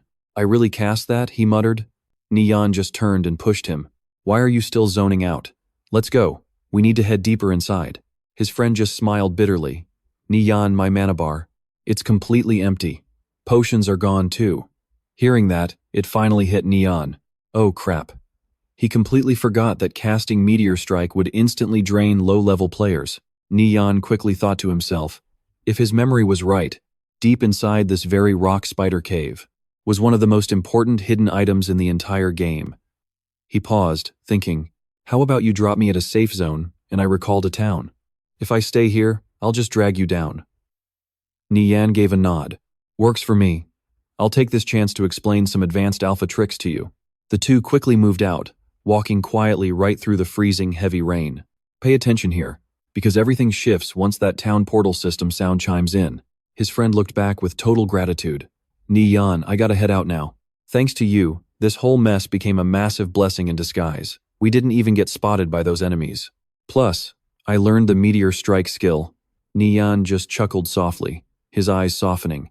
We're brothers, man, don't worry about it. A bright teleportation light suddenly flashed upwards. Tang Yao completely vanished from sight, leaving Nie Yan standing there all alone. Staring back into the dark cave depth, Nie Yan's past life memories fired up. Hidden at the very end of this rock spider cave was a missing page of the Chapter of Order, an item literally every player dreamed of getting. Rumor had it that the Chapter of Order and the Chapter of Chaos were literal divine artifacts from the ancient co-ruling era. They had been lost to the world for well over 500 to 600 years. Their exact origin remained a total mystery, and whoever originally wrote them was completely unknown. Nie Yan's gaze grew super intense. Order and chaos basically represented the core rules of this entire continent. The Chapter of Order and Chaos each had 6 books and 36 chapters, representing 2 completely opposite types of ultimate power. Now pause for a second. Imagine these godly items scattered across the entire world, while Nie Yan recalled the legends. The legends said that collecting the full chapters of Order would let you rebuild the God's Order itself, granting absolute divine power. Whoever owned the Chapter of Order would become the master of the Temples of Light, the Grand Pope himself. Walking deeper, Nie Yan kept thinking, what about the Chapter of Chaos? That would grant absolute destructive power. They were the ultimate destroyers of the world's order. Finding all Chaos chapters turned you into the almighty Dark King. Both the Chapter of Order and the Chapter of Chaos were peak legendary items. While heading deeper into the cave, Nie Yan silently did the math. The game Conviction had only just launched. The mighty Empire of Zelen and the Satans, Empire had literally only just unlocked their newest update, the first DLC patch. All that sealed gaming history quickly flooded his brain with familiar names and items. The first book of the Chapter of Order included the Chapter of Justice, the Chapter of Kindness, courage, wisdom, and finally the chapter of absolute fairness, plus the chapter of freedom. This thing held insane power. Any player holding an order chapter could easily completely dominate the very top of the global player leaderboards. Nie Yan clenched his fist, thinking about heavy hitters like Angel Descent and Sleepy Fox. Trust me, you'll want to see what happens when he faces those past life super guild masters. Relying entirely on the chapters of order is the only way to build an absolutely massive super guild. Every single owner held a legendary record, fighting 1 against 100, becoming absolute myths among the players. But stick with me here, because right now, he is the only player alive who knows their exact locations. With these chapters of order in his hands, maybe he can actually create his own gaming myth today. Nie Yan remembers the wild legends from his past life. The owner of the Justice chapter was the guild leader of Angel Hegemony, an elite hunter, a spirit hunter with an angelic mark, facing down hundreds of enemy players all by himself. He summoned 16 Knights of Justice, fighting completely alone to absolutely crush an entire 100-player formation. His eyes flicker just thinking about the guy holding the chapter of wisdom, the leader of the Holy Judgment Guild, the legendary Holy Mage, Shui Huang. During the massive, server-wide undead invasion event that wiped out thousands, he cast a brilliant forbidden spell, instantly wiping out over 300 necromancers in one single blinding flash. Becoming an immortal legend tied directly to the chapters of order, Nie Yan keeps recalling the owner of the Courage chapter, leader of the Holy Lamo Empire, the berserker half-awake Tiger Fox. During the massive guild war, he charged solo straight into the enemy formation, killing a man every 10 steps, slashing through over 200 enemies, totally unstoppable. Just thinking about it makes his blood boil, and right here is exactly where the chapter of courage is hidden. The pure hype of it all has his entire body burning with crazy excitement. Suddenly, the faint sound of flowing water echoes from deep inside the pitch-black cave. Water? Nie Yan narrows his eyes. 3 massive lava spider bosses right ahead. Now watch closely, they block the path, so he goes stealth right under their noses. A secret water cave slowly appears through the freezing mist. The water-repelling pearl glows. Nie Yan silently remembers the timeline. There is a hidden treasure chest stashed right down here. In his past life, players only discovered this spot way into the mid-game phase. Even right now, the forums are blowing up with players trying to figure it out. Looking at the chest sitting right there, his eyes instantly light up. A gold treasure chest. He checks the worn-out symbol carved onto the heavy lid. Nie Yan takes a deep breath. This is the exact insignia of the ancient pirates, the ones that terrorized the Shinsei waters. He cannot believe this is actually a treasure. I know what you are thinking, just another gold chest? No, this is infinitely more rare. Better than any standard chest. He just struck it rich. Then the system chimes. Opening the chest. The assassin's lesson. A weapon name pops up immediately. An unappraised dagger. Staring at the weapon in his hand, he mutters to himself in awe. The assassin's lesson. He can literally feel the raw killing intent coming off the blade. Nie Yan gets seriously hyped. A powerful dagger he never even saw in his past life. Just from the crazy design and aura alone, this thing has to be at least gold-tier gear. Even if he does not find the chapter of courage, this trip is already a massive win. Stashing the epic loot, he quickly swims right back up to his starting position. Nie Yan slowly breaches the surface, greedily gasping in lungfuls of the freezing cave air. The second his boots hit land, he bursts into a full sprint deeper into the cavern. Staring at the scene ahead, Nie Yan is absolutely blown away. Who would have guessed the bottom of a lava spider lair hid a place this unbelievably magical? He steps forward slowly, his eyes locking onto an ancient, glowing book, floating mysteriously in mid-air, while the system notification rings loud in his ears. And trust me, uncovering this massive chronicle in the secret forest changes absolutely everything for us. Alright, stick with me, you're about to watch what happens when a mysterious power flows right into his body. The system chimes in to reveal exactly what this thing is. Driven by pure curiosity, he flips open the page. The surface is completely covered in mystical characters, perfectly carved like solid ice. Silver iron, it reveals the buried history of the ancient Co-Rule era. It's written in 3 different tongues, starting with the ancient giant language, ancient common speech, and the legendary dragon language. He instantly memorizes all of this epic history straight into his head. The system alerts keep firing off rapidly. He has successfully learned the ancient giant language. He mastered the dragon tongue, and he just learned the ancient common speech too. He obtained the Co-Rule Chronicles, The massive system voice echoes loudly through the entire empty space around him. The Chapter of Courage. Volume 1, Chapter 3 of Order. A legendary item fragment. Now watch closely, whoever owns this gets a literal divine inheritance. His new mission? Spread the glory of the gods as the wielder of this epic artifact. Every 5 levels grants him 2 extra attribute points and 1 precious skill point, plus an ultra-powerful observation skill that lets him see everything. Checking out enemy stats and appraising rare gear? Done. It also unlocks the Angelic Arbiter skill. Once activated, he enters a very special state. Complete magic immunity, plus 500 health, and it comes with an advanced life shield. It absorbs 60% of all damage, lasting for 5 full minutes. The skill's cooldown time is 10 days, naturally currently sitting at a 1 out of 10 status. You can't use this inside dungeons, and only players with good alignment can actually trigger it. Just tossing this item in your bag activates its effects. Hearing all these insane perks, Nie Yan can't help but take a deep breath. Oh man, these effects are absolutely terrifying. No wonder in his past life. Half-awake Fox used this to solo slaughter over 200 players. You and I both know that's absolutely insane. He quickly calms down and thinks it through. This really is a legendary item. But from now on, whether farming mobs or fighting other players, he has to be careful. If he dies, the Courage chapter drops. Unless he can collect the first 6 chapters of the Book of Order to combine Volume 1. That's the only way to keep it safe. Thinking about this, Nie Yan's eyes turn dead serious. But for a legendary item that's this completely game-breaking, the system definitely should have set up some insanely strong guardians to protect it, right? So why haven't they shown up yet? Either way, it just makes grabbing it way easier for him. He got the Courage chapter. Wait. Nie Yan's face instantly changes as the solid ground around him starts violently shaking. A massive tremor. Oh no. He quickly figures it out. Looks like the act of taking the Chapter of Order just alerted the hidden guardian. The lake is completely sealed off. He can feel the extreme danger rapidly closing in. Nie Yan grits his teeth. He has to run right now. He frantically activates his gear. Bright light instantly explodes from his equipped ring, the Weaver's Ring.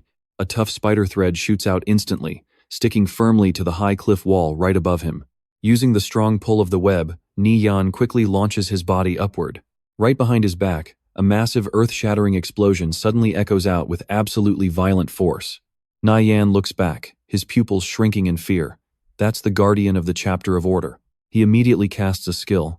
His eyes flash brightly as he shouts out, "Super observation!" The system voice loudly rings out. Guardian of Order, low-level intelligence, standing at level 100. 200,000 out of 200,000 health. The Guardian raises its hand, summoning massive fireballs. They rapidly crash down toward Nie Yan's position. While frantically dodging the blasts, he silently calculates. At his level, 1 hit means instant death. Trust me, you're going to want to see this. Stick with me, we absolutely have to take back this town to survive. Night falls fast. Outside Linky Town, panicked villagers are completely losing their minds in pure terror. What is going on? A massive system announcement suddenly echoes across the entire zone. Regional warning alert. A terrifying dragon-class monster just spawned right down in the south. Low-level players are ordered to evacuate immediately. Hearing this warning, the crowd goes absolutely wild. An emergency alert? Why the hell would a massive dragon randomly show up out of nowhere? Right at that exact moment, earth-shattering footsteps start booming loudly from right behind the crowd. A suffocating pressure instantly crushes down on the entire area. Then, the cold system voice calls out, "Holy Cross Army!" The civilians are left completely terrified. Every single NPC has already gathered for battle. Another player completely freaks out, yelling, "A real dragon actually spawned here. What in the world is happening?" Running madly for his life, Nie Yan feels a freezing, killing intent right behind him. Now watch closely, he is completely busted. He instantly triggers his swift roll skill, boosting his movement speed up by exactly 20%. Massive fireballs rain down from above like crazy, leaving Nie Yan dodging for his life by mere inches. Seeing the safe zone town right ahead, he grits his teeth. Almost there, just got to hold on a little longer. Nie Yan blasts another spider web forward. The sticky web tightly wraps around a thick tree ahead. Using the powerful pull from the web, his running speed suddenly skyrockets to a whole new level. Up high in the sky, the Dragon Guardian gathers insane mana, preparing to launch another deadly fireball wave. Seeing the powerful NPCs arrive, the villagers scream in pure relief. Thank God, the cavalry is here. The NPCs are making their move. Hit by non-stop brutal attacks, the massive guardian lets out an agonizing roar that echoes across the sky. A frontline soldier rushes over to report, "Warlord Nisal, we need you right now, Lord Nisal. The defensive line is finally built. Please give the command right now so this foolish evil dragon can face the absolute judgment of our Holy Cross army." Suddenly a soldier turns pale white, frantically pointing forward and screaming at the top of his lungs, "It is coming!" The monstrous guardian hovers high in midair, its entire body erupting with absolutely terrifying and violent raging flames. It slowly raises a claw, blazing meteor strike. Feeling that unimaginable, catastrophic magical energy gathering, a soldier turns dead pale. Let us be real here, could you or I survive an attack like this? System alarms violently ring out without stopping. Level 1 town zone under critical dragon class invasion. Crowds of players and civilians scatter in pure terror, screaming, "Run away right now, we are all dead." Flashing bright red, the system blasts another fatal warning. Critical alert. Level 1 town dragon invasion imminent. Standing tall on the fortress wall, Nisal violently roars, "Activate the primary defensive barrier right now." Following his epic command instantly, a massive magical shield quickly wraps around the entire town. Staring at that gigantic glowing shield appearing, everyone instantly sighs in pure relief. Thank God, the magical barrier. But Nisal coldly raises his hand, ordering the army to prepare massive counterattacks. Countless deadly arrows shoot straight up from the ground, piercing right into the pitch-black night sky. The glowing arrows lock onto their target like homing missiles, swarming directly toward the floating guardian. It looks at the soldiers and roars fiercely. The Holy Cross army is absolutely mighty. After brutally tanking every single attack head-on, the massive guardian dive bombs straight toward the town barrier. Trust me, you and I are not ready for this earth-shattering impact slamming the town shield. Stick with me, let's watch Nie Yan hiding in this absolute chaos. An order keeper has just spawned, and the massive boss instantly sends most players into absolute panic. But plenty of greedy players are just lurking around, waiting for the NPCs to finish it off so they can snatch up all that sweet loot. His gaze suddenly locks on a few faces in the crowd that look incredibly familiar. The system reads Radiant Sacred Temple, Radiant Star, currently sitting at level 5. Nie Yan immediately recognizes the guy. That is Radiant Star, the actual guild leader of Radiant Sacred Temple, a guy known for intense loyalty. They actually had a solid connection in his past life. Then the system flashes another name, Dark Massacre Guild, Broadsword, also level 5. Seeing that specific tag just makes our main character sneer coldly. Broadsword is the notorious guild leader running the Dark Massacre faction. The dude acts exactly like a thug, completely worthless as a person. The system chimes again, Holy Roman Empire Guild, Half-Awake Fox, also rocking level 5. Nie Yan's eyes instantly turn dark and intensely deep. That is Half-Awake Fox, the guy who owned the chapter of courage in the past life. Too bad he gets completely destroyed this time around. He glares right at the Dark Massacre group and speaks coldly. Broadsword, with my Radiant Sacred Temple members standing right here, you Dark Massacre guys should just step aside and stay out of our way. Don't even get mad, I hit level 5 way before you did. I led raids through Treant Forest and Black Flame Woods. You are not stealing this from me. Broadsword instantly sneers right back at him. So what if your Radiant Sacred Temple cleared the Black Flame Woods? Your completion rating was only a pathetic 68% anyway. Your guild honor is only 200 points higher than ours. We will easily catch up to you in no time. His group members immediately start shouting in rage, "Damn, why is he acting so tough, boss? Let's go all out and kill every single one." Now pay attention here. Nie Yan stands silently in the back, analyzing this entire chaotic battlefield. Countless flashy skills and devastating attacks explode violently in absolutely every direction. The massive Order Keeper goes completely berserk, charging straight forward in pure unhinged madness. Niso slowly raises his weapon, his voice booming heavily across the entire war zone. Honor of the Holy Crusaders, in Warlord Niso's name, I judge the evil and corrupt dragon race. Suddenly, a pitch-black dart tears right through the wind towards it. The dart violently pierces the Keeper's body, bringing a massive spray of blood and fierce fiery explosions. Seeing the boss lose massive chunks of health, players start screaming in pure hype. The Order Keeper is losing HP fast. Quick, snatch the loot. Radiant, Broadsword, and Half-Awake practically charge forward at the exact same time. Cold eyes lock onto each other as the players behind them rush in, screaming at the top of their lungs, "Attack!" You knew he'd do this. Nie Yan quietly activates stealth, his figure vanishing into the shadows. A random red-haired player dashes to the front first, yelling, "That drop is mine." But the very second his fingers touch the item, a devastating, brutal attack blasts him right out of nowhere. He coldly roars at the crowd, with pure murderous intent blazing in his eyes. "Stop all of them right now." After completely destroying his opponent, Half Awake instantly hits top speed, charging straight ahead with his eyes glued to the heavily contested dropped gear. "That loot belongs to me." But right then, he strikes out of nowhere. "Keep dreaming." Bind spell activated. Half Awake's expression drops, but taking that exact opening, Broadsword rushes like a total maniac toward the dropped gear. Radiant, Broadsword, and Half Awake literally all crash into the exact same spot simultaneously. Hiding in the dark, Nie Yan realizes he missed the loot, but you and I know he has a plan. "Stick with me, we are dropping right into the chaos." Several cold-throwing darts suddenly tear out. They slice right through the wind, instantly dead-stopping the enemy's broadsword in its tracks. He immediately seizes the golden chance, rushing forward to snatch the item, after successfully securing the epic loot. Hui Hoang looks back and laughs out loud. "Thanks a lot, brother." Our guy just shrugs with a chill smirk. "Too bad I got absolutely nothing. Time to roll out." But right then, as Nie Yan prepares to leave, a cold voice echoes out. "Kid, you think you can just walk away?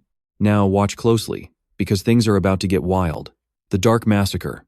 Guild members quickly fan out, completely blocking off every single escape route ahead. He slowly raises his head, his eyes totally ice cold. "What is it? You guys trying to trap me here?" Hui Hong steps right up to the front, glaring back fiercely with his blade drawn. "He is my friend. If you really want to cause trouble for him today, you have to ask if our Radiant Sacred Temple Guild actually agrees with that first." He flashes a cold, arrogant smirk. "Let me be clear. Our Radiant Sacred Temple is not scared of your Dark Massacre Guild at all." Hearing this, the enemy's eyes turn absolutely furious. "Good, very good. Today, nobody leaves alive. Trust me, you and I know exactly what comes next."